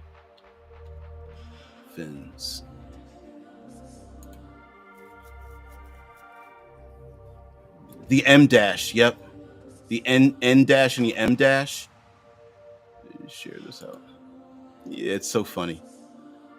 Because I suppose there are, if you use AI to write things, people are saying that the longer M dash is the longest one, and that the AI systems tend to use it more often than a little bit. So if you get an email or a text message, or you see someone write something and they use the longer M dash, that it's a clue that AI wrote it. But it's actually been proven that that's not true. But yeah, there are three main types of hyphens or dashes: the hyphen, the N dash, and the M dash. The hyphen is the shortest and is used to join words in compound terms. The N dash is longer than a hyphen, is used to indicate ranges or connections between things. And the M dash is the longest and is used to set off parenthetical phrases or create a strong break in a sentence. And I never knew I would ever have to learn that or see that. Dive deeper into AI mode. Never thought I would have to even think about that. But the funny thing is, the people who say that AI is using it are unaware that the longer M dash has been used in old literature, which AI may have learned to use. Therefore, it overuses it because it stole it from other notable and other notable written documents. And it may have been because when people used to handwrite things with a literal ink and quill, that the longer dash happened just because of human handwriting. And then when we got typewriters, they started putting in the longer dash because it would look like the handwritten dash, which was very long. And then the M dash was created until we realized, well, digitally, we don't need that long dash because it takes up more space. So we want it to look WYSIWYG. What you see is what you get. So they start making different dashes. That's just my personal opinion.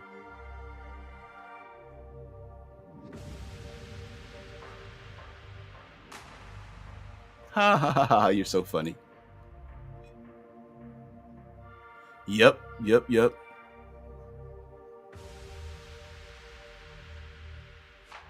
Yeah. Next, you will have everyone spelling aluminum as aluminium. Aluminium. Yeah, yeah, yeah. It's like, wait, where'd you put the extra uh, syllable in there?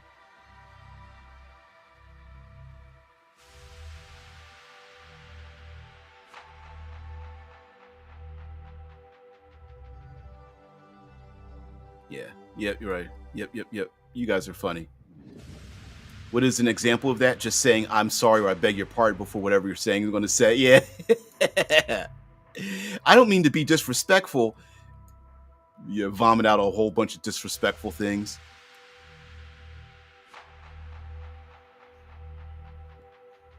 Yep. Yeah. A lot of that too.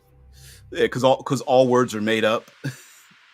It's like saying ain't a word until it was made a word. Now it's a word. So yeah, DBJ, interesting. I've seen the M dash popping up more frequently than ever before. Yep. For years, I hardly saw them at all. I imagine it was because the M dash does not appear on standard keyboards. It doesn't, and it does appear now more often than a little bit inside of AI, written AI things. So yeah, some people are like, every time I see it in email, because in order to do it on your keyboard, you have to hit double dashes, right? And it doesn't look like a longer dash; it's just a double dash. Well, no, because in Google Docs, if I double dash, the dash is linked together. Me too. It took me a long time uh, not to put the double space after the period. Yep, yep, absolutely. We do a bunch of that stuff, don't we? Still do. I broke that habit, but yeah, I've heard that editors don't want you to put the double space after the period and just make it as a single space. But I'm the same way with you, Spook. It took me a long time not to do that any longer. Anyway, um, yeah, I've got some other. Let's throw up some other stuff. Um, we got the jackets, game traits, servitors, dregs. Is this it? Let me see. I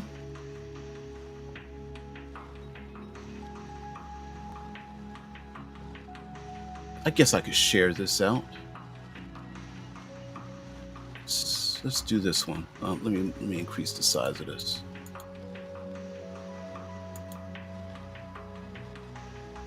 Here we go. All right.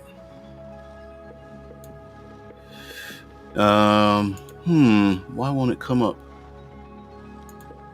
No. There we go. We want this. All right. Let's highlight this instead. All right, so to make a character, share this tab. Let's see, did that show up? There we go. Yep, double space after period. Somehow they told us to do that in school. That went away real quick once I started working for real. Yep. Absolutely.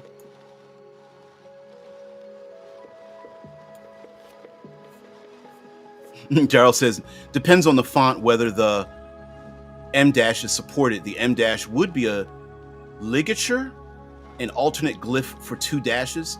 Yeah, some fonts, if you hit the dash twice, will make an M-, and others will leave a space in between.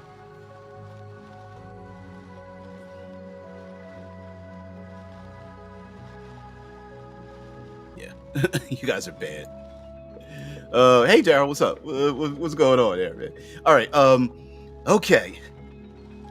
Creating a character. Actually, you know what? What I'll do, I will put up some artwork because looking at pretty pictures is a whole lot better than looking at words. And yeah, we'll put up some artwork. There's already a logo. I already let you guys know that most of this is AI. No, when I say most, all of it is AI artwork. So just don't be surprised by it. There we go. But I think one of the main things we want to do is, I think we want to make a we want to make a character. And so making a character is pretty important. Actually, I remember this old stuff. Ooh, let's share this out.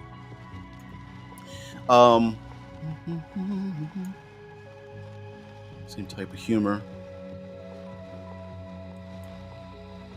What the heck is that?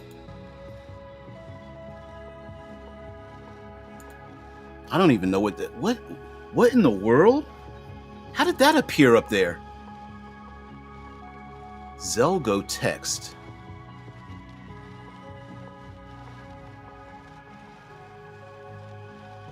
Inverted commas. Yep. It depends on the font you use. You know, whether, yeah, the comma and then the what is it? The quotes. Sometimes quotes turn upside down on the other end.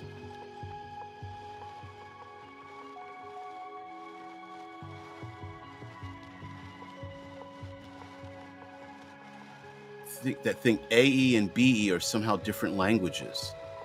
American English, and British English are somehow different languages. Accuse me of being American chauvinist, but tell them that they are barely different at all. Yeah. I mean, because technically American English is a polyglot of a lot of other stuff. Anyway, so here's a document I've been working on. I'm just working on, let's see, layout and things like that. Just trying to get an idea for really cool ways to lay out things. When making a character, you're going to have a conviction. You're going to pick your jacket. You know, so your jacket is your body. Your zipper is your mind. Your jacket is less important than your mind. So when you pick your jacket, that's your body. The rest of your character is going to be all the stuff in your head.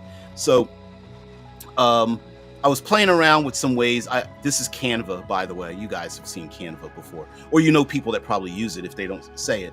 But anyway, I like I wanted to get this watermark thing going, and I was playing around with it a little bit. So So yeah, these things here are like smudge marks or fade marks or like black holes or something like that I found. But anyway, characters have convictions, and when your character dies in the game and you want to get re-zipped into another jacket through any number of circumstances, your conviction will change, and your old conviction gets eliminated as a choice. So over time, of the number of convictions, eventually you'll run out of convictions, in which case you will no longer be a viable player character if you die too many times. Basically, death makes you reconsider your life when you are re-zipped, and you're like in Eclipse phase, you would be re-sleeved, or in Altered Carbon, your cortical stack would be put into what is it called? Digital human freight would be put into a body. Same thing here. When you come back, yeah, ostensibly you're the same person, but not quite. And so there are convictions. And yes, I got a little cheeky with some of the convictions, but take it easy.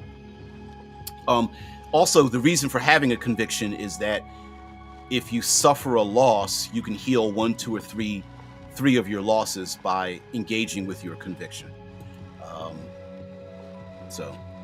And the convictions are Explorer, which is it makes sense for what it is. Your Guide, Search, Navigate, Trek, Chart a New Path, Contact an Isolated Community, Establish Lasting Relationships with Strangers. Extropian, I've expanded the idea of what an extropian is. Extropianism is related to immortality. In this world, it's related to both that and building a legacy for the future. So it's like design, build, heal, repair, heal the wounded, oversee a construction project, reach towards eternal life or legacy. Expansionism is your conviction is expansion. Basically, settle, colonize, gain territory, plant a flag, found a homestead or embassy, create a lasting governing presence. I could change that.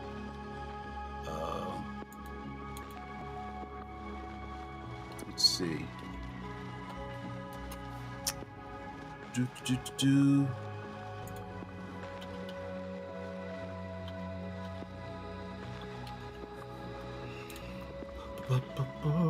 There we go. Get out of there. There we are. There's excellence, which is and then you can see right here I got a little funky with that by putting a big old dark spot in the background and then changing the color. Anyway, I don't know. Excellence: teach, lead, educate, train, improve self or others, found a lasting educational program. Excellence is like I'm climbing that mountain because it's there. I'm going to train my body and my mind to get better, that kind of thing, and help others do the same. Also learning, education. Expression is artistry, public speaking, carouse, journalism, entertain crowds, direct a lasting creative expression. Expression isn't necessarily artistic. It's more expressing your voice or the voices of others. That's why there's journalism and public speaking for like political gain, things like that. And then there's enterprise for finance, extract, refine, organize, found a new business venture, entrepreneurial foundation for citizens. This was going to be called exploit or extract or something. It's business, creating a sustainable business to allow something. Yes, does this fall into the category of just being a business person? Sure, but it doesn't have to be, right? Enterprise could be a clean water source, or extracting the resources out of a comet or a meteor or something. Although some of these will go in conflict with others. And then at the bottom of each of these pages, I posed a question, such as, if you cannot remember a crime, should you feel or suffer responsibility for said crime? Are you responsible for events that are not part of your identity? Can we hold the editor of the memories as responsible for the traumatic modifications? Would you use memory edits to cure criminalized behavior? And this just deals with memory versus punishment versus crimes and things like that. Like, if a person committed a crime and then their mind was edited, is it fair to punish them? Some would say yes. Oh, here's one. Here's a very easy, an easy mode of how a character is designed.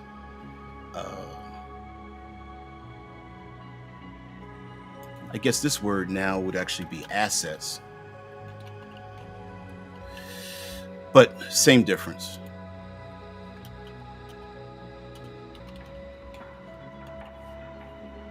So the idea here, this is when I was using it. I got to redesign the character sheet, but assets and baggage, and I've done this before, right? Where your assets are a word or phrase that's written on the character sheet, and whatever word or phrase is written there is an asset for your character. That's especially if it's positive.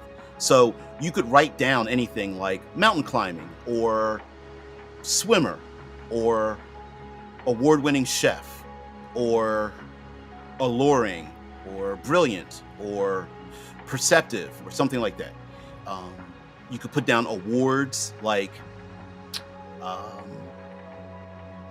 doctor's license, or guild member, or what's another kind of like identity thing?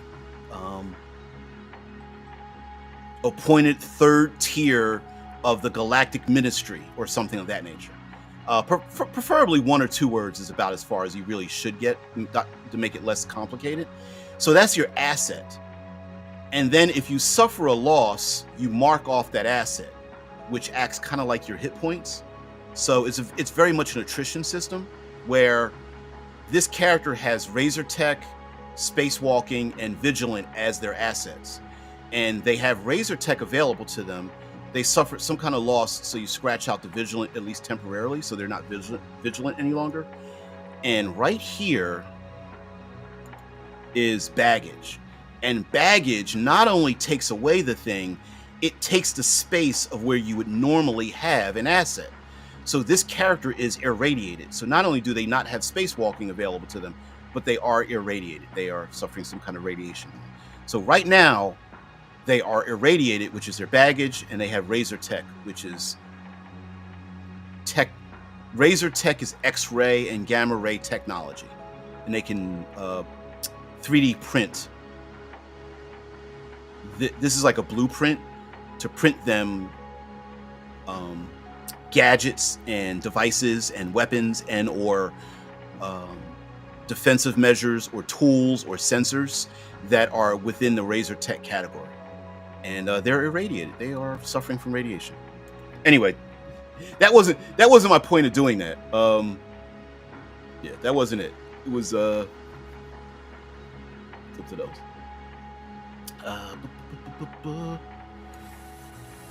Make this bigger here. I told you I was going to do a double-sized show.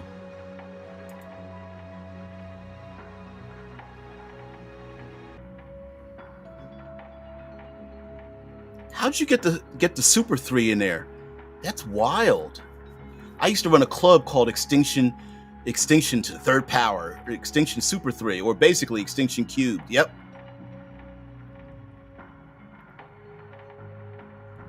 That's awesome. He's so funny. I don't know what Exterminatus is. I don't know what that is. I'm falling behind on your comments.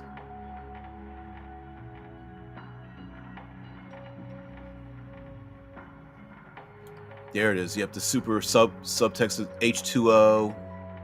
Isn't it H sub 2 O? Instead of the super 2? Anyway, I don't know. Doesn't matter. Bricks. We talked about bricks before. They are the they're the Schrodinger's box. A brick is a socioeconomic trade mystery container. Its value is based solely on it not being open. The mystery of its contents is more alluring than the true materials within. A brick is often exchanged for favors or information, given as a gift, presented upon first impressions, and talking points about what is important to each person, measurable in a handheld box. Roll a d12 plus a d12, or pick a category, then roll a d12. Note, once a brick is opened, its worth drops to its contents. And then there's 12 d12 tables down here of like everything from like tools. I hadn't even filled this one with weapons yet.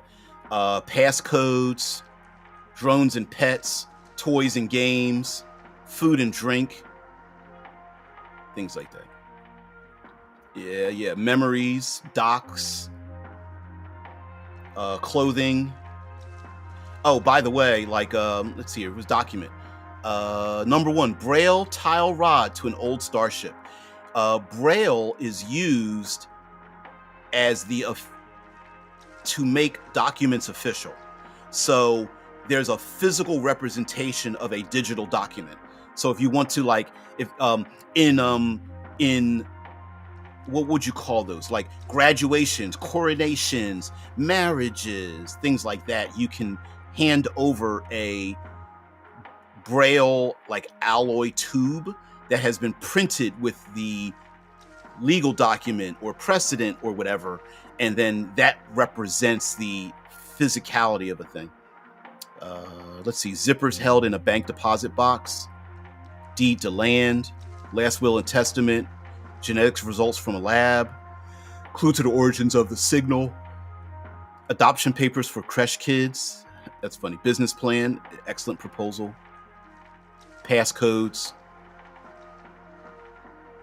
crypto cash passcode, yeah, clothing, things like a spacesuit, colorful bio spray paint, formal attire, deep sea thermal barrier suit, 3 utility vests and jumpsuits, HoloPro clothing projector, camo jumpsuit, pick environment, medical recovery membrane, acid bane second skin, stuff like that. All these just to make, 12 times 12 options. I didn't fill all these in yet, but Xeno fringe. Useless stuff, a broken compass, an empty power cell, stale moldy fungus covered sandwich, a blank notebook, dry marker set, mismatched socks, obsolete data storage device, spacesuit with holes in it, tools in obsolete measurement system, dog-eared ancient paper novels, a dozen empty beer bottles, 6 rolls of primo toilet paper. That's not quite useless. A gold brick, valuables, a gold brick. Rare earth elements, a kilo of pure cocaine, ancient coins and paper money, popular pornography series, paper book collection, things like that. So anyway, I thought I'd have some fun with that. Let's get to the artwork. Space habitat, creating your own space habitat. Jeez, come on, move up.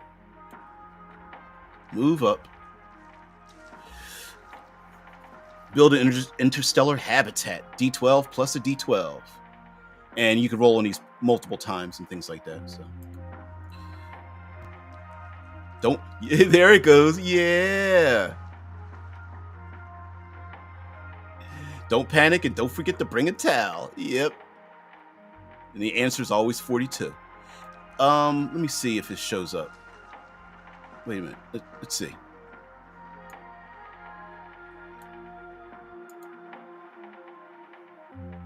It sure did. The italics showed up. Bricks are the Magic the Gathering alpha packs of the galaxy. Yeah, there could be a Black Lotus in there or a bunch of commons. Care to gamble? Yeah. Will cocaine work on humans? I bet it will.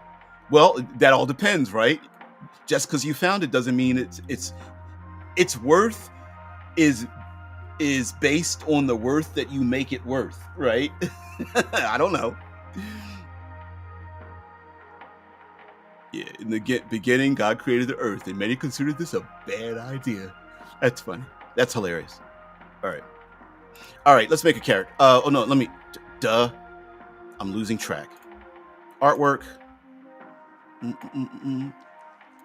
But anyway, you get this table, right? I'm already here. You get this table, right? So, if we go across, we've got hostilities, we got the black market, we've got secrets, um, we have hazards, bureaucracy, and a society. I wonder why I didn't center this.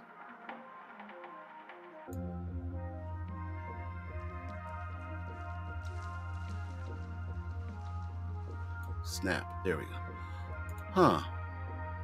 I do some odd things. I probably didn't finish it up. Hazards, bureaucracy, society going across from left to right. We've got agendas, inventory and investments, and technology. We have adversaries and allies. We've got intrigue, and we've got travel. So like right here, under number 4, adversaries and allies, we have a personality and who they are. So we have an expert, loyal, creative, honest, perceptive, lazy, greedy, connected, nosy, afraid, in debt, liar. And then we have, that could be an engineer, entertainer, entrepreneur, athlete, criminal, military complex. What do I do? I don't know. Anyway, service industry person, politician, journalist, medical professional, oligarch, a dreg, or a trillionaire. And then their personality trait. Intrigue. Maybe there's watchful eyes or unexplained deaths. Maybe there's disappearing trinkets or shadowy figures. Maybe there are deleted files somewhere or unidentified storage units. Scanner misreadings or unmonitored financial transactions. And there's even travel, like travel around the habitat. Slide walks, zero-G airflow tubes, mag and cable carabiner lines, palanquins, rickshaws, and litters. These could be pulled by humans or just maybe they're mechanical. There's taxi and valet pods. There's XYZ lifts, cable cars, trains, and vac tubes. Maybe land and air pedal propulsion, like ornithopters. Personal motor platforms, or spin city and watch gear platforms. Basically, the hab is like interconnected gears, like in a watch, and you can move from one to another as they spin past each other, or interlink with each other, because it could be zero-G or light gravity or something. Gliders, slides, and parkour to get around, or circumnavigation rails, basically going around the entire outer edge, and then you got to work your way back in.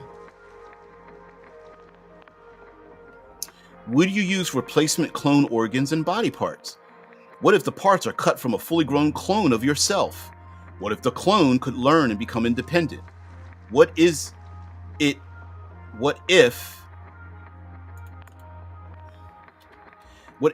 had to be lobotomized to be useful? What if you discovered you were the clone? Anyway, stuff like that. What would you do if you could live forever?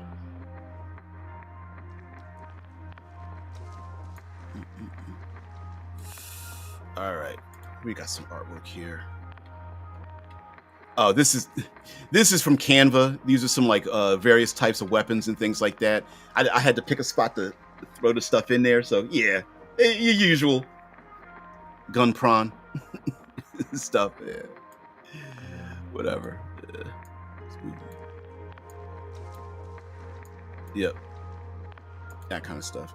I'm actually a bit surprised that they have enough, so many of those graphics, but whatever. It's available. Let's flip this around.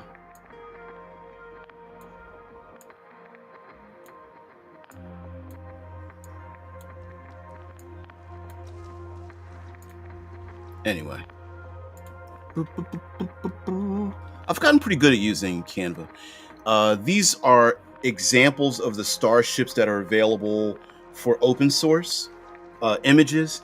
I kind of don't like this one because it looks like it's supposed to fly and you stand flat instead of... So theoretically, this is the top of the starship, and the feet, your feet would be pointing towards the back of this image, the upper right of this image. You wouldn't be standing flat on it. You would be, you get zero gravity from the constant acceleration. This is a much better version of that, where the upper portion of this, and this might be some kind of like ramjet or something, or maybe there's a weapon here. It doesn't matter. But to the left of this image is where you're standing, and your feet are pointing to the right of the image, down towards where the engines are at. And under constant acceleration, you get the 1G. Same thing with this one. But I mean, yeah, I guess it could stand up. Whatever. Anyway. Boom, boom, boom, boom. This is me playing around with stuff again. Obsidian Star. Wondering if I could use this for like the title, like a front cover of a book or something. Although I think it would probably look better if it was just flat black. But anyway, Starfield, blah blah blah. You get the point. Posthuman. That looks all right. It's not the best. Let's get to this AI art. Oh, wait a minute. Is there another one here? It's all right. Different planets. That's okay. You don't want to see none of that. My phone is going off. These are all of the jackets.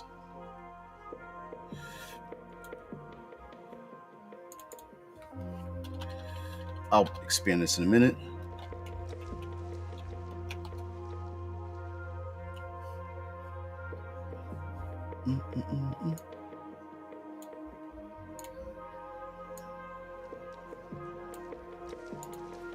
Still don't like this name, but whatever. We'll figure it out. Debating on whether it's more slang than their official title.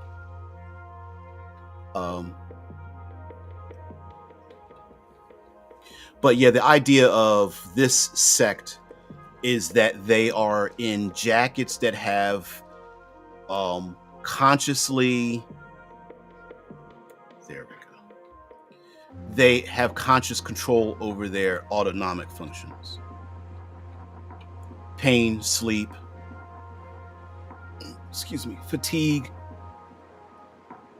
balance, stuff like that. Like against tear gas, they could shut down their senses, stuff like that. Verdants, AI art, a little bit creepy, I think, but I liked it.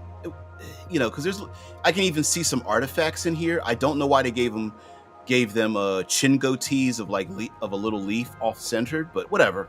But anyway, photosynthetic humans, I think it's kind of cool.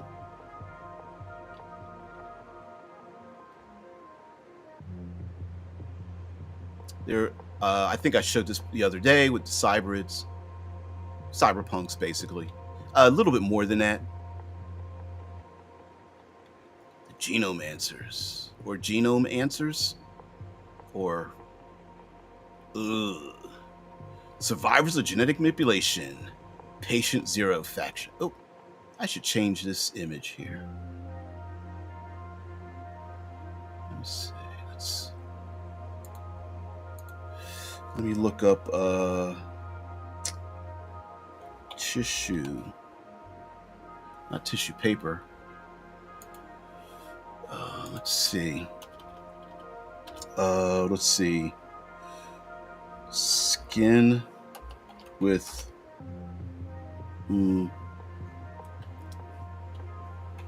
seized skin. Oof. All right. Let's see. What's a good one? I don't need the person. There we go.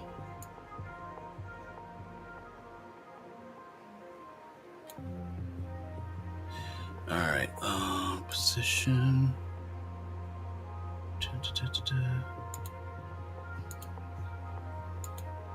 Come on, go backwards.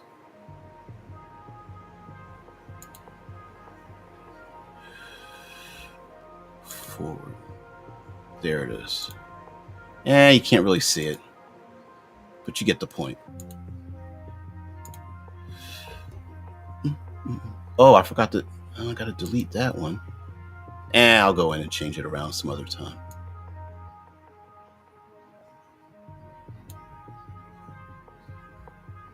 That one deleted.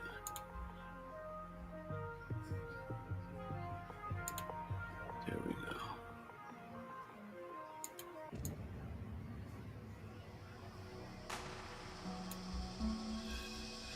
Come on, gray square. Oh, lock in. There we go.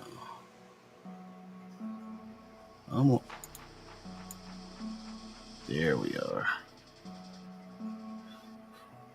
Let's pull it way over here.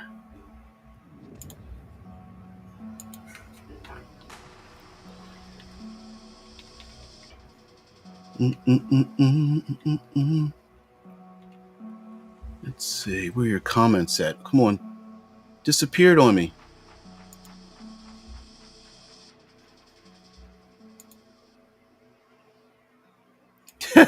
Yeah. Mateo's like, you created a 107-page doc in Canva? Yeah, I did.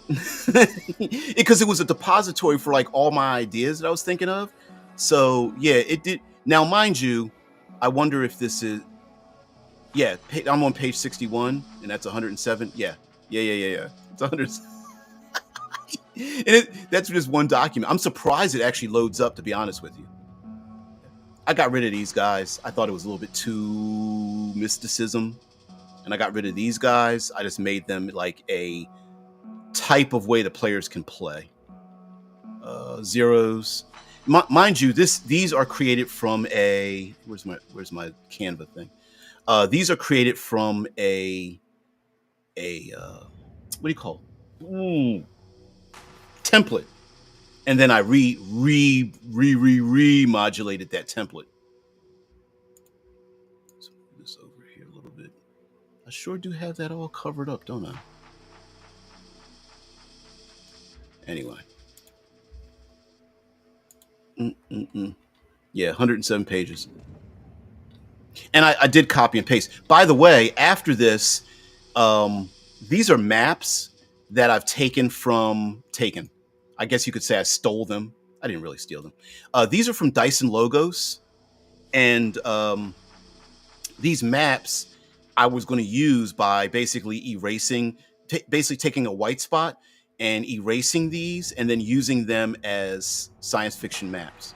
So, yeah, there's a bunch of these on here from Dyson Logos. Dyson Logos released over 500 free to use for your own purpose maps. And many of these would be appropriate for like Mars and space stations and towers and da-da-da-da-da-da. Yeah, I didn't make any of these maps. These are Dyson Logos. He does have them have their logo on it. Some of these, and some are. I mean, clearly you can see that in the middle of this looks like a medieval tower, but whatever. This is really cool. It's a dungeon, the shape of a stone hand that's crumbling. That's kind of cool because you can see where the thumb. You see you got the little arrows, and there's like the thumb is separate. You can actually walk through a door into the thumb because it's located right here, and then you can go up the thumb, maybe on like a ladder or whatever to get to the top of the thumb. I don't know if it's open space, but sure. I'm going to assume, that there's like murder holes that you can walk to the top of it. And then there's these other fingers. It's kind of cool. I was like, that'd be kind of freaky to find that on like somewhere on Mars or something. This is an open market, so you can see that some of the squares aren't technically squares and they're basically tents or whatever. There it is, Patreon supported dice and logos. Crystalline structure. A one floor crystalline structure. Towers. Anyway, bunches of good stuff. This is kind of cool. That's really cool. A tower spire. Maybe it's like anti-gravity or something here, because there's a big spot that's open. Let me see. Where is that in this image? I don't know. I don't know what floor it's on. Dice and logos. Oh, these are excellent maps, though. Dice and logos just makes. Look at that. That's just. I know. It's just. I mean, I get it. You could. You know. You get some circles, and then you just start doing circles and get to put the hashtag in it or something like. But still, it's. I don't know. It's just really sweet.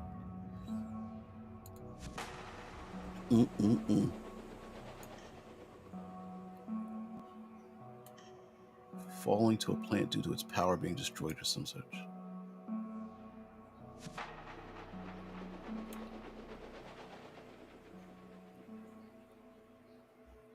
Oh, huh. Okay, all right. Okay. I'll take a look at that. Space dock. Yeah. Oh, man. Oh, Spook had to leave. Okay. I missed that. Sorry about that, guys. Anyway, we've gone quite a bit here. In the beginning, God created the universe that many considers us. Back to there. Character creation. There we are.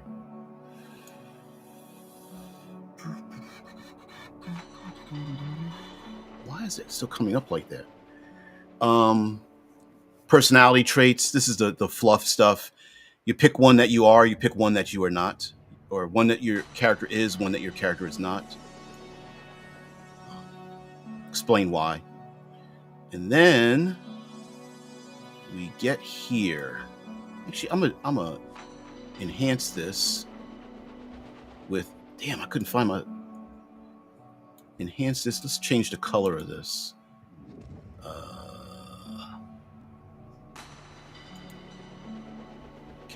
Can you see it? Against that gray background, let's just make it black. All right. So the main things for character creation, of course, you're going to have. I did bold it.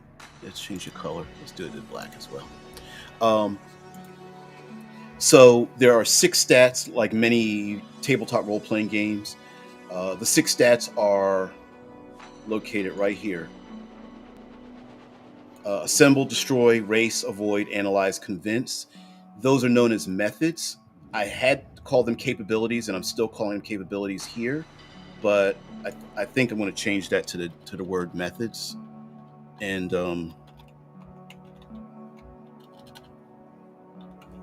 And it's basically how you solve a problem, right?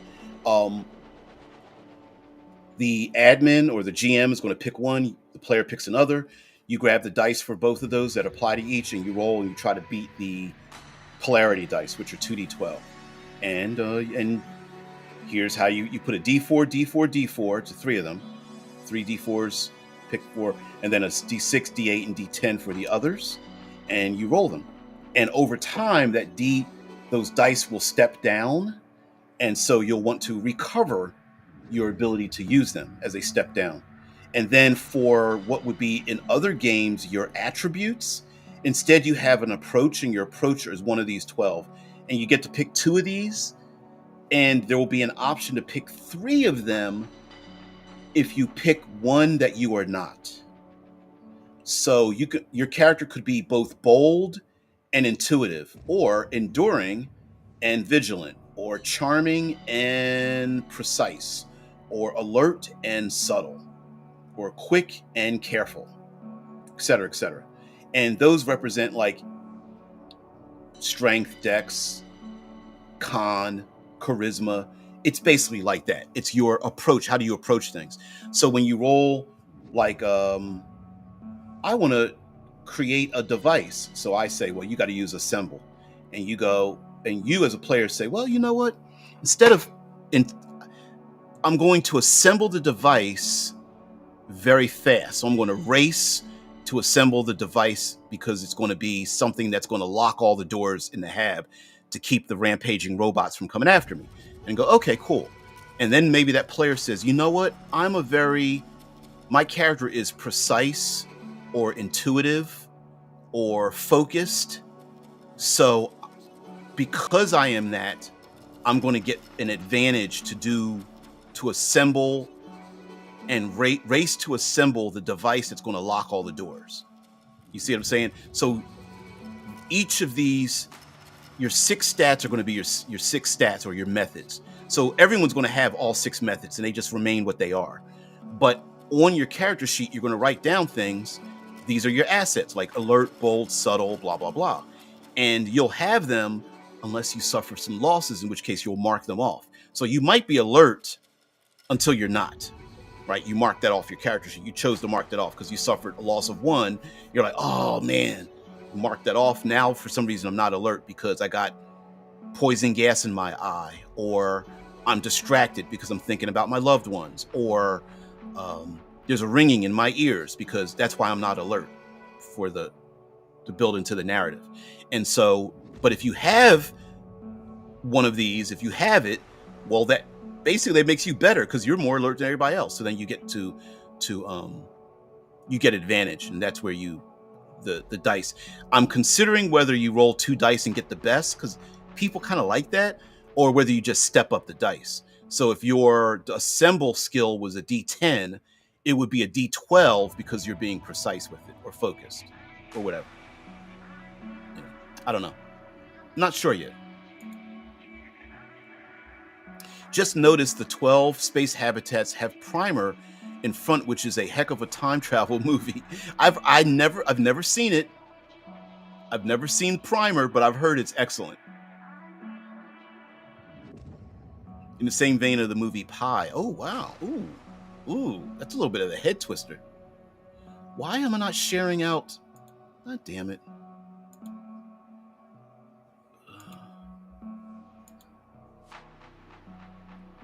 Now can you see it?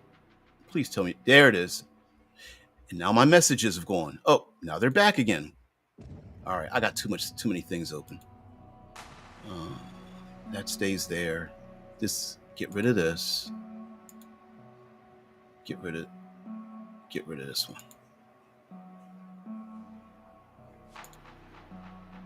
There we go. All right. Maybe it won't be as slow.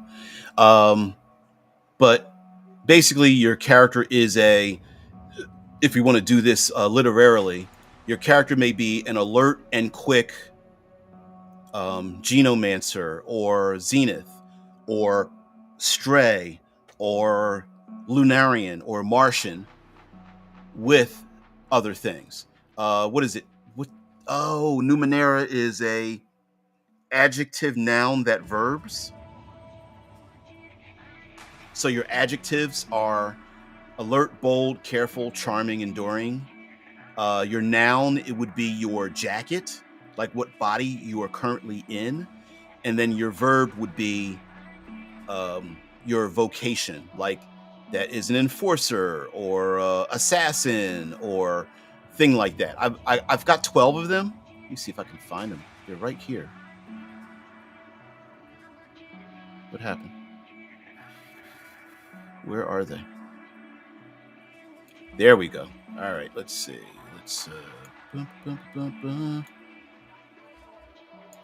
Bolds. There we go.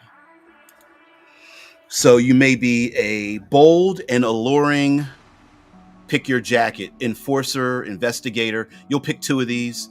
Explorer. I don't know why explorer is underlit.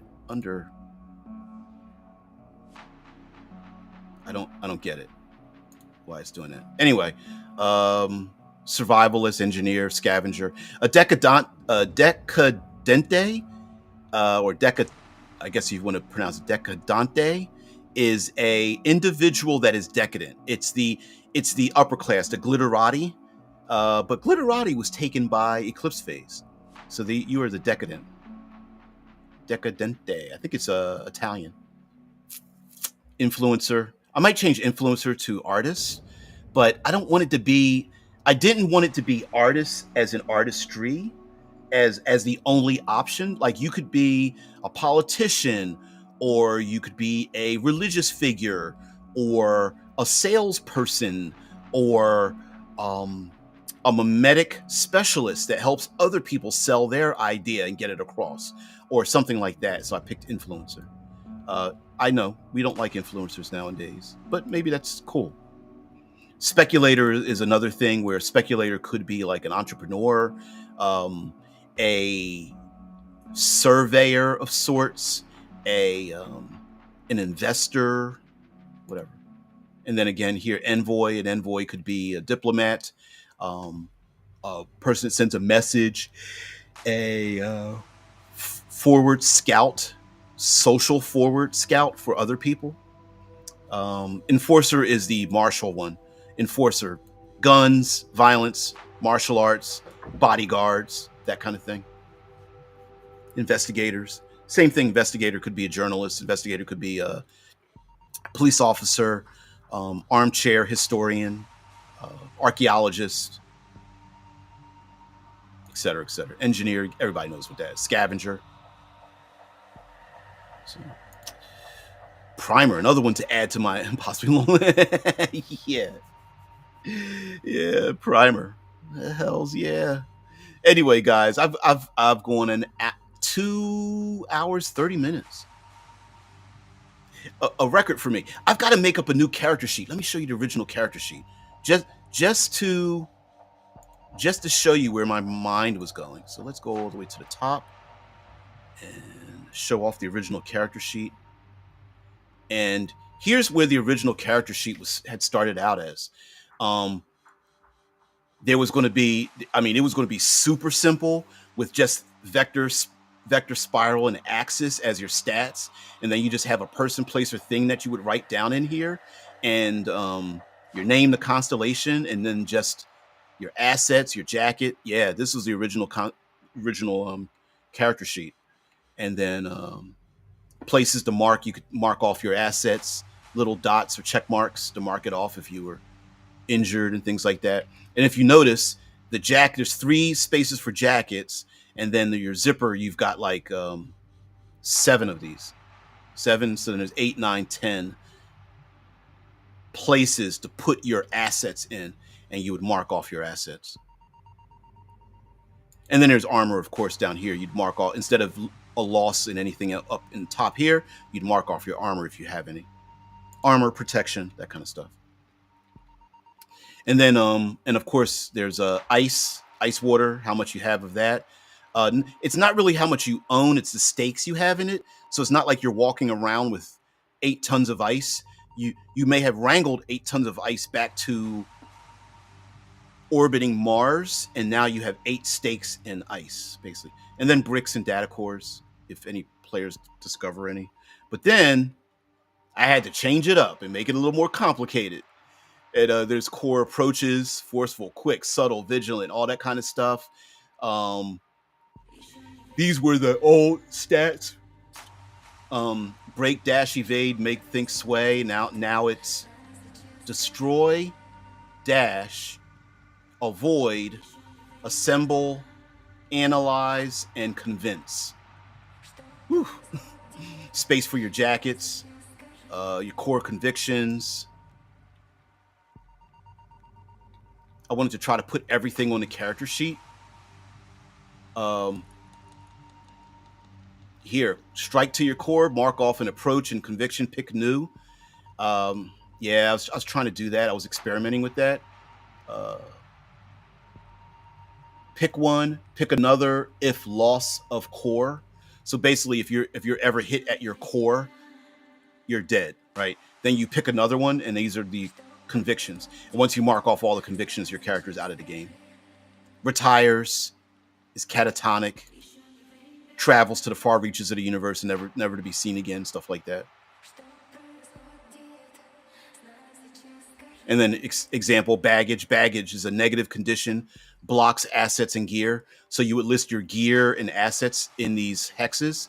And then whenever you suffer baggage, the baggage sits there first and you can't use the stuff anymore. Broken leg, confused, paralyzed, hunted, infamous, things like that. Wealth, these wealth triangles here. Since there's no money in this world, you might have like ore in one of these, bricks in another one, clout in another one, things like that. I don't know. I was just playing with stuff. Orbits are like clocks from Blades in the Dark, and so this is a 3-click orbit, 3, 6, 9, and 12, going from top to bottom, zigzagging from top to bottom, and so you could assign something to these orbits, or maybe there's something bad that might happen. Like maybe you're like, oh, I'm building a long range sensor that your character doesn't have. All right, that's a 6-point orbit. And so you would, as the game goes on, you would fill in these pie chart till it's fully, and then now you have your long range sensor. Hey, I'm trying to start a criminal organization. That's like a 9 or a 12. We'll put it at 9 because you're actually pretty good at doing that kind of stuff. But it's going to take a while to recruit people. Great. Okay. Then that becomes a 9 pie chart or 9 orbit or 9 clock and stuff. So anyway, old character sheet. Some other stuff. This is a page that I had random elements that I was pulling from, shrinking, moving around. This is the old character creation system. I'm playing around with what's it called? Watermarks. Woo! Couldn't think of that. Playing around with watermarks. Other parts that I played with here. Approaches. Focuses. Played around with that. I got rid of that pretty quickly on. Vitals and vouches. I'll tell you about vouchers in a minute. This was going to be the original, how do you make your zipper? How do you make your mind? And so you would pick something from the middle here as your main vocation. Infiltrator or saboteur or engineer. I changed the name Podium. I had a little chintzy. I didn't like it. Speculator or something. And then there's safety protocols like if you die, what happens to your zipper? And then knowledge source, like how were you taught? Were you self-taught? Did you learn stuff through VR lessons? You can't remember how you remember these things. Maybe you're a ghost rider, like there's a ghost inside of you that rides inside your brain. Maybe it's a remote overwatch, like you're not actually in your body, but you are being remotely operated from outside.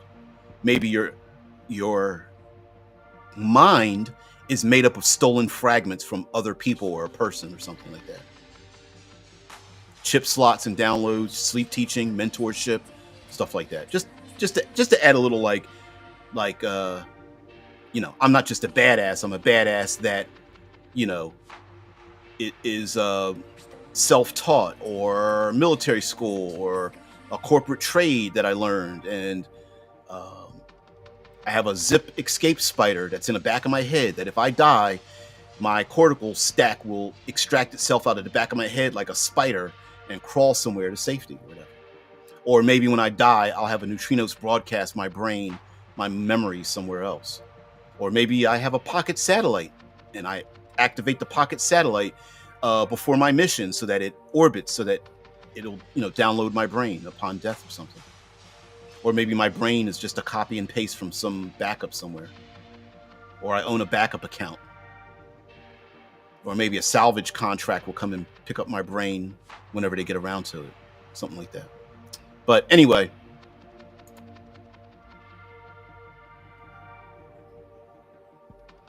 Oh, you guys couldn't see it. Shit. I'm a dumbass.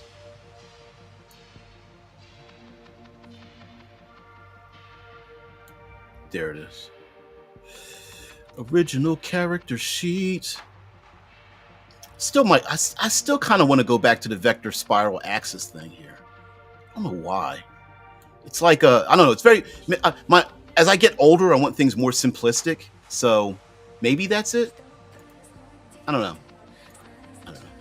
Maybe another game, or turn it into a space combat, which is my other thing. I think I picked this instead of spiral. I picked vector, but I mean, what did I say? Vector arc axis. It was spiral, became an arc, but I actually like this better because vector sounds straight, spiral sounds curvy, and axis sounds like 3 points coming together. So, yeah, whatever. Let's go to one more thing. Layout. I want to show you some interesting layout that I was trying to do. Here we go. Treks. Just try to do something simple here. Somebody walking in the background. I don't know. I don't know. Playing around with it. FSAMs are far future 3D printers, and I tried to get like a gear in the background for printing and a robotic arm for assembly. So the machines print the object, clean them off, and then assemble them together in one machine, kind of. And then there's ways to limit what they are. And of course, they have kind of fun names, like Fabricator Synthesizing Assembly Microfacture Machine, also known as a Sammy or a Samantha or a fucking shit can, depending on how well they are. Yeah, FSAMs cannot. Oh, they can. Damn it. They cannot generate volatiles or radioactives or unstable molecules.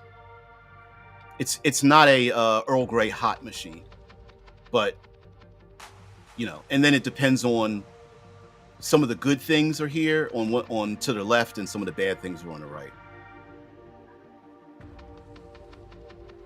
So a machine could produce something of high quality, but there's only private access to the machines in the first place. So you're going to have to figure out who are the people that have access to it, maybe only one, and then finagle your way into using the machine.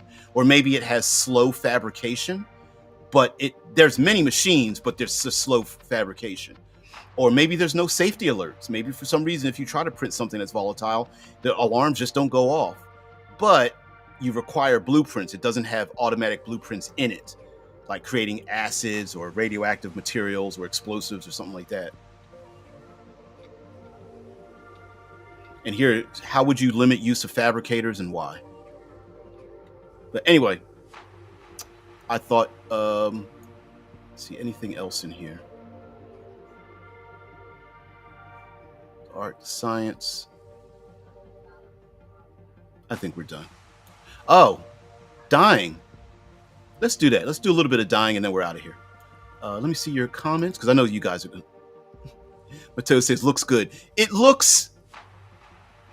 It's unfinished and it's become a dumping spot for my ideas.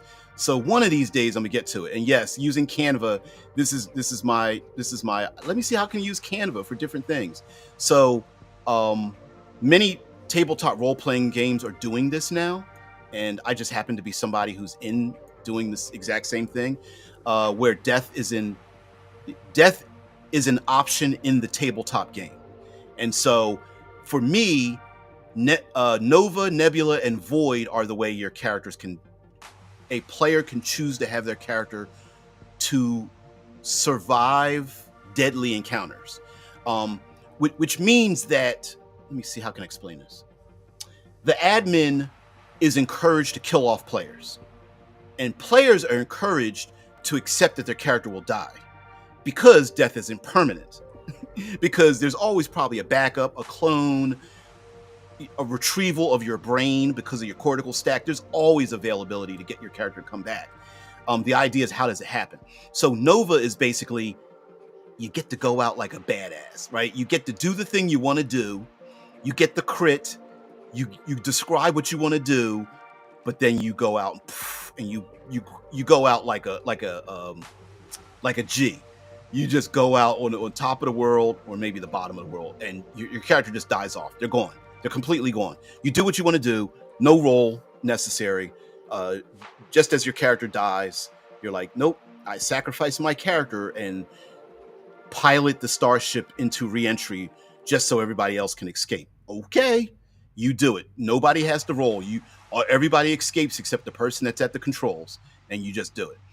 Nebula is mystery. Nebula is like the character. The star disappears, vanishes mysteriously, and basically steps out the game temporarily for you to come back. So maybe you're captured, maybe you were trapped, maybe you're Mark Watney from The Martian, and no one realized you were still alive back on Mars, right? You awaken in a chamber with the bad guys henchmen standing over top of you, like with the butt of a pistol, and they knock you on your forehead and you pass out, and then you're gone for a game and a half session or something. And then Void is basically like you're removed from the game longer than one scene. So Nebula is kind of like, before I die, could I just be knocked unconscious? Or could I just be captured or downloaded or, put in a stasis box? Yes, that's Void is like, guys, I won't be able to play the next 5 sessions, but I want to come back. That's what Void is. Void is like, what the heck happened? They're just not here anymore. What happened?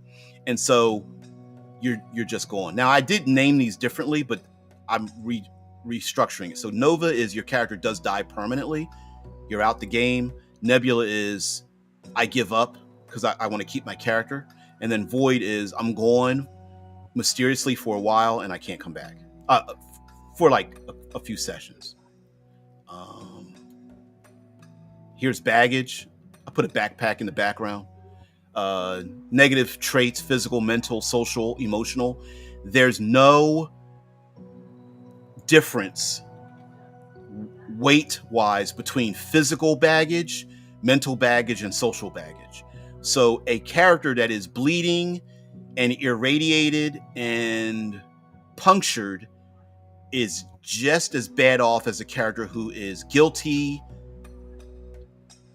sleepless, and has made promises, or followed by the paparazzi, or is stalked, or has a debt, right? So that's just to encourage characters to be a little bit more into the narrative of the game. And here we go back with the convictions, things like that. So, thank you very much for being part of the show.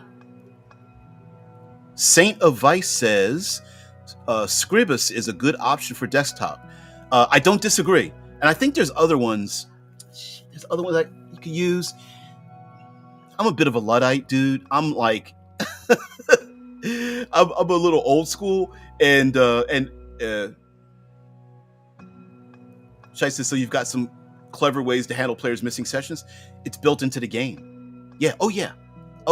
If you're playing a character and you're like, oh, dudes, for like the next 3 weeks, like I'm going to be away and I can't be in the game session. You could literally say, guess what? My character in the middle of the gunfight passes out, and everyone's like, what happened? And the scientist character runs over, and it's like his cortical stack is completely empty. What happened? Whatever. Saint Device, yeah. I agree too. It is a cool name. Yeah, I like it. The only reason I don't use those is comfort, right? I'm a simple person. I'm a bit of a Luddite, old school. I'm in my mid-50s. I use Google Docs because I can do that on the shitter. I can do that at work, and it cloud surfs between my phone and my computer and all. Yeah, so that's why I use it. Canva also is very simple. I'm not a layout artist. I'm not a graphic designer. So, but I have written things for other games. I've written for N World for Advanced 5th Edition. I have my own cinematic environs thing on Drive Through RPG with the two other gentlemen that make up Critical Hit Publishing. And I've written for Onyx Path Publishing. And who else? My brain has gone. Oh, Cool Name Goes Here. I've written for that. I was part of that Kickstarter as well. Cool Name Goes Here. Yeah.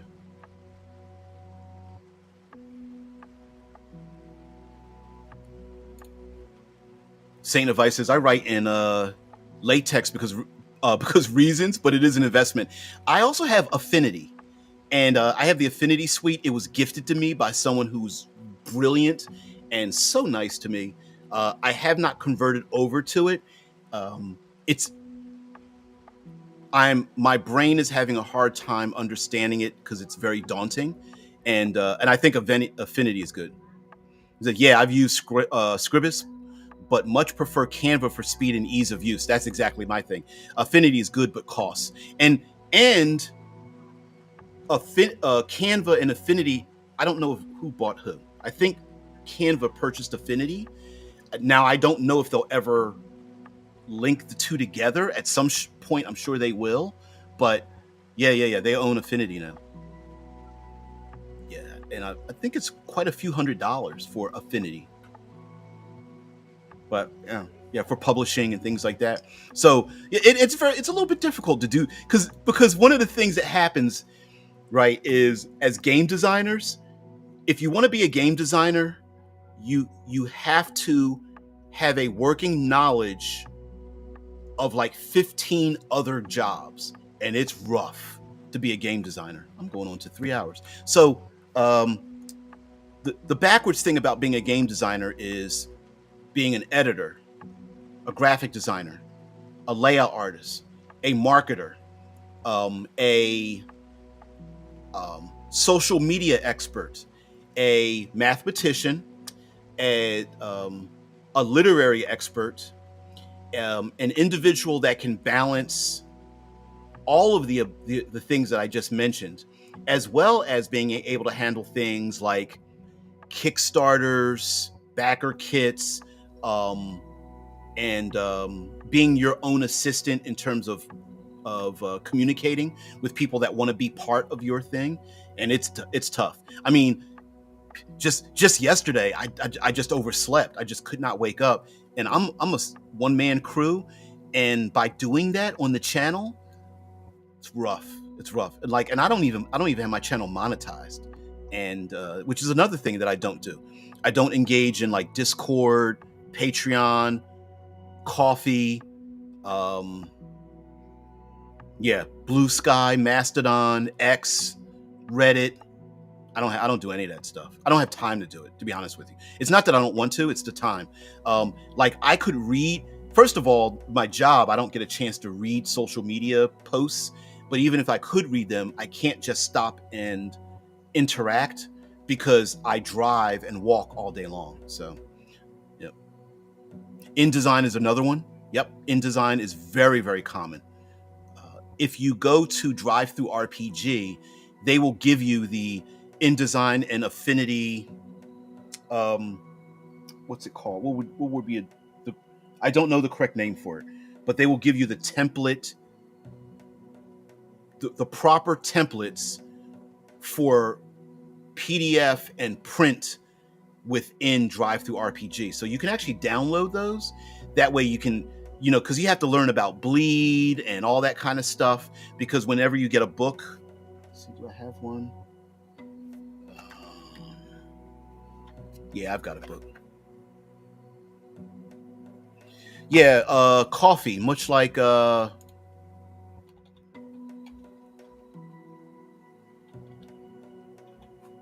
think that's the name of it.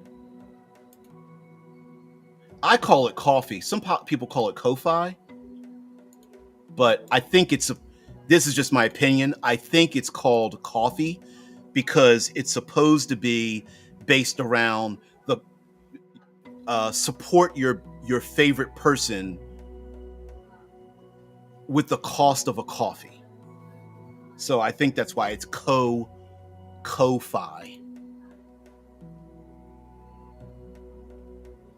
Yep.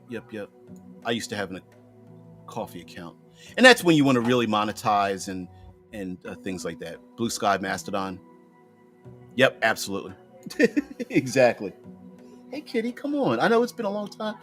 My cats are the producers of the show. Anyway, I've held you too long. Saint of Vice, thank you very much for finding the channel.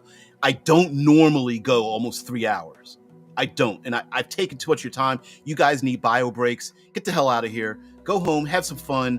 We'll talk about more Obsidian Star tomorrow when I can show you some more finished work. Because now I'm a little bit like embarrassed.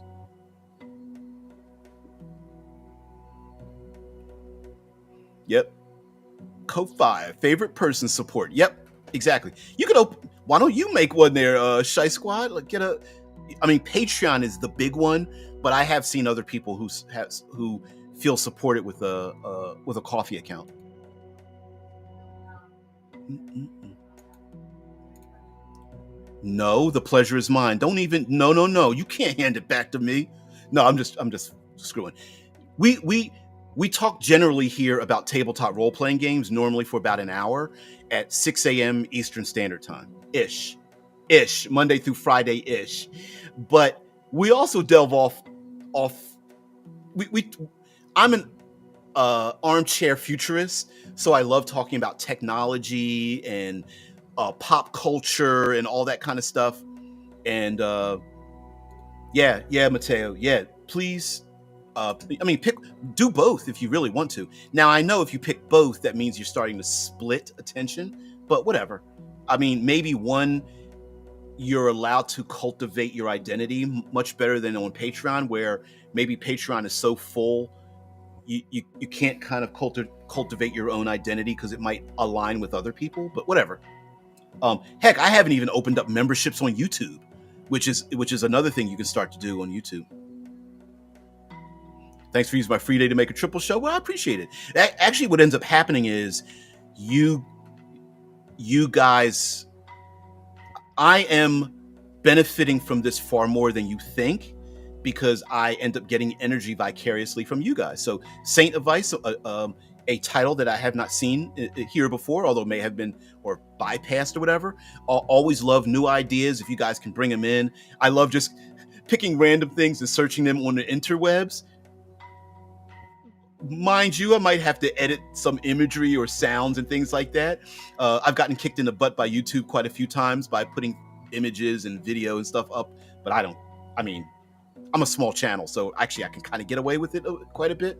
But I'm also a creator, and I like to. I am a glass half full person, so I love creating things. And science fiction is kind of like, it's like the other white meat. Like, you've got fantasy, ching, ching, ching, ching. You got modern gaming, yay. Oh, you've been lurking for a while? That's okay. I thought I saw you sitting outside the window. I hope you had some fun eating a Cheetos and laughing at me.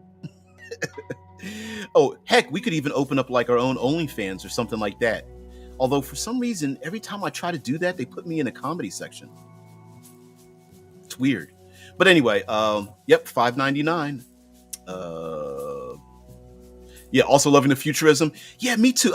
I am vicariously learning, following the trends of all the AI systems with the audio, video, chatting, and things like that. One of the things that scares me is Replica. Replica really scares me, but there's a bunch of these AI systems that are like trying to be the first. OpenAI, Claude 4, VO3.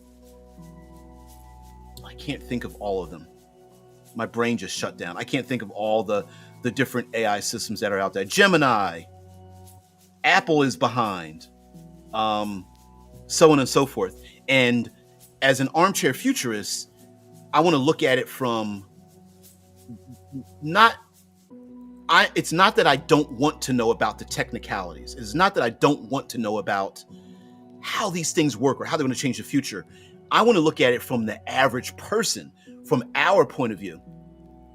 Right? Exactly.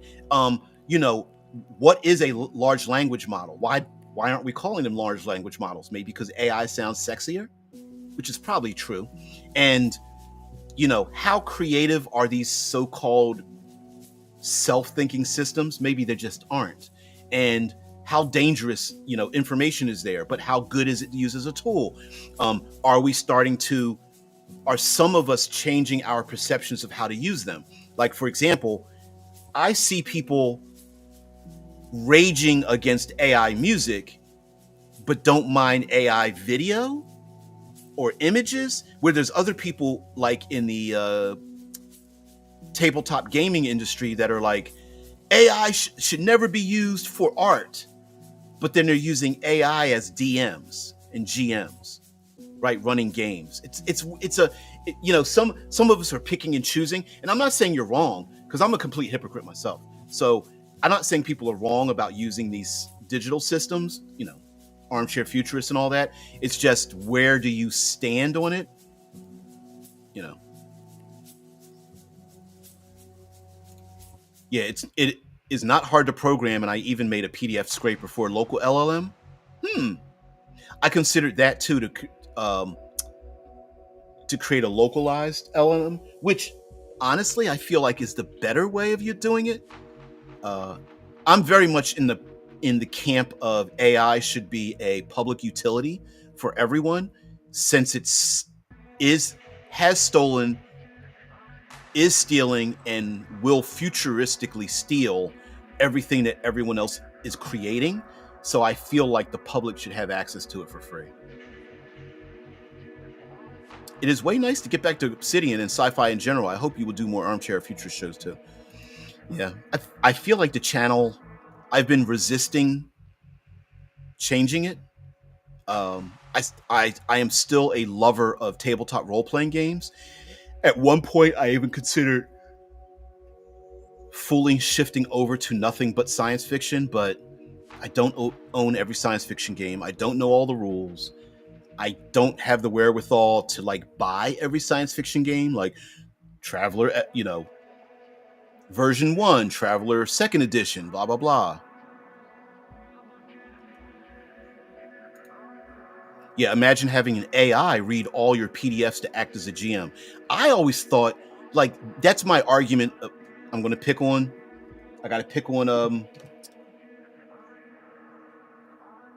huh, okay. I have to pick on, I was about to say Larry King. Wow. Um, I forgot his name already. Horror novelist. Okay, I'll pick on George R. R. Martin. Is it wrong for George R. R. Martin to take all of his Game of Thrones, Ice and Fire, House of the Dragon, Symphony of Lizards, whatever the case you might call it, doesn't matter. He takes all of his own writings and then puts them into a system. Would it be wrong for him to write further books using that system? And I feel like no. I don't think that's wrong. I mean, if it's good and it's written off, now mind you, it won't create things new. It will learn from the way he writes, and then George R. R. Martin could then write off of his own writing, having it write his thing, and then he could go in and like edit here and there, maybe get it to like rewrite passages, reorganize things. I want this from a different person's point of view. But I mean, I kind of don't have a problem with that if it's not stealing from other writers. You know what I mean? And she said, dude, nothing is at stake here. You have total freedom to do whatever you want. Yeah, I mean, I'm not going to lose anything, right? Like I could, so yeah, I don't know. I've even thought about, like, I don't know if I'll go so far as to change the title of the show, because like it's kind of baked in now. I've got logos and all that kind of stuff, but yeah. Anyway, 3 hours, 30 seconds past that. Guys, Have a great one. Thank you very much for being part of the show. I really appreciate it. Stopping by. If you guys have a subject or thing you thought of and go, oh man, I sure would like to talk about this thing. I mean, Daggerheart's really big now. It's gotten there's even more news about Daggerheart because two of the people from the D&D team have joined Daggerheart. I'm going to Crawford and let me see.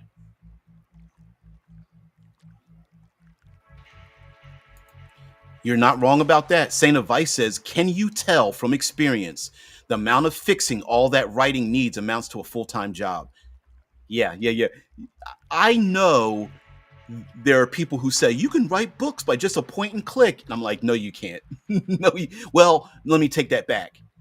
You can, they just won't be very good. To an extent, to carve away the block of stone that an AI literature will create, and then you carve away to make it a viable material, you might be better off just typing it out yourself. But yeah, because I know there's people like the best prompts, and I'm like, you know what? But it takes a lot to, it's so intensive that it's still, it's hard to learn which prompts or which things. It's like explaining to aliens how to make a peanut butter and jelly sandwich. They understand the concepts, but they don't understand the context. Yeah, I agree. Futurist topics totally fit in with RPGs, though. Even if they're about real life, I wouldn't even contemplate changing the channel's name. Yeah, me too. Yeah, I'm super hesitant to do that. And like I said, I'm an armchair dude, so kitties, and they're getting a little rammy. So you guys go take your bio breaks. You go about your own lives. Have a great one. We will exit out of here on a little bit of the fantasy, and then end it out with Obsidian Star. So peace, tranquility. Have a great one, and stop by 6 a.m. Eastern Standard Time, Monday through Friday.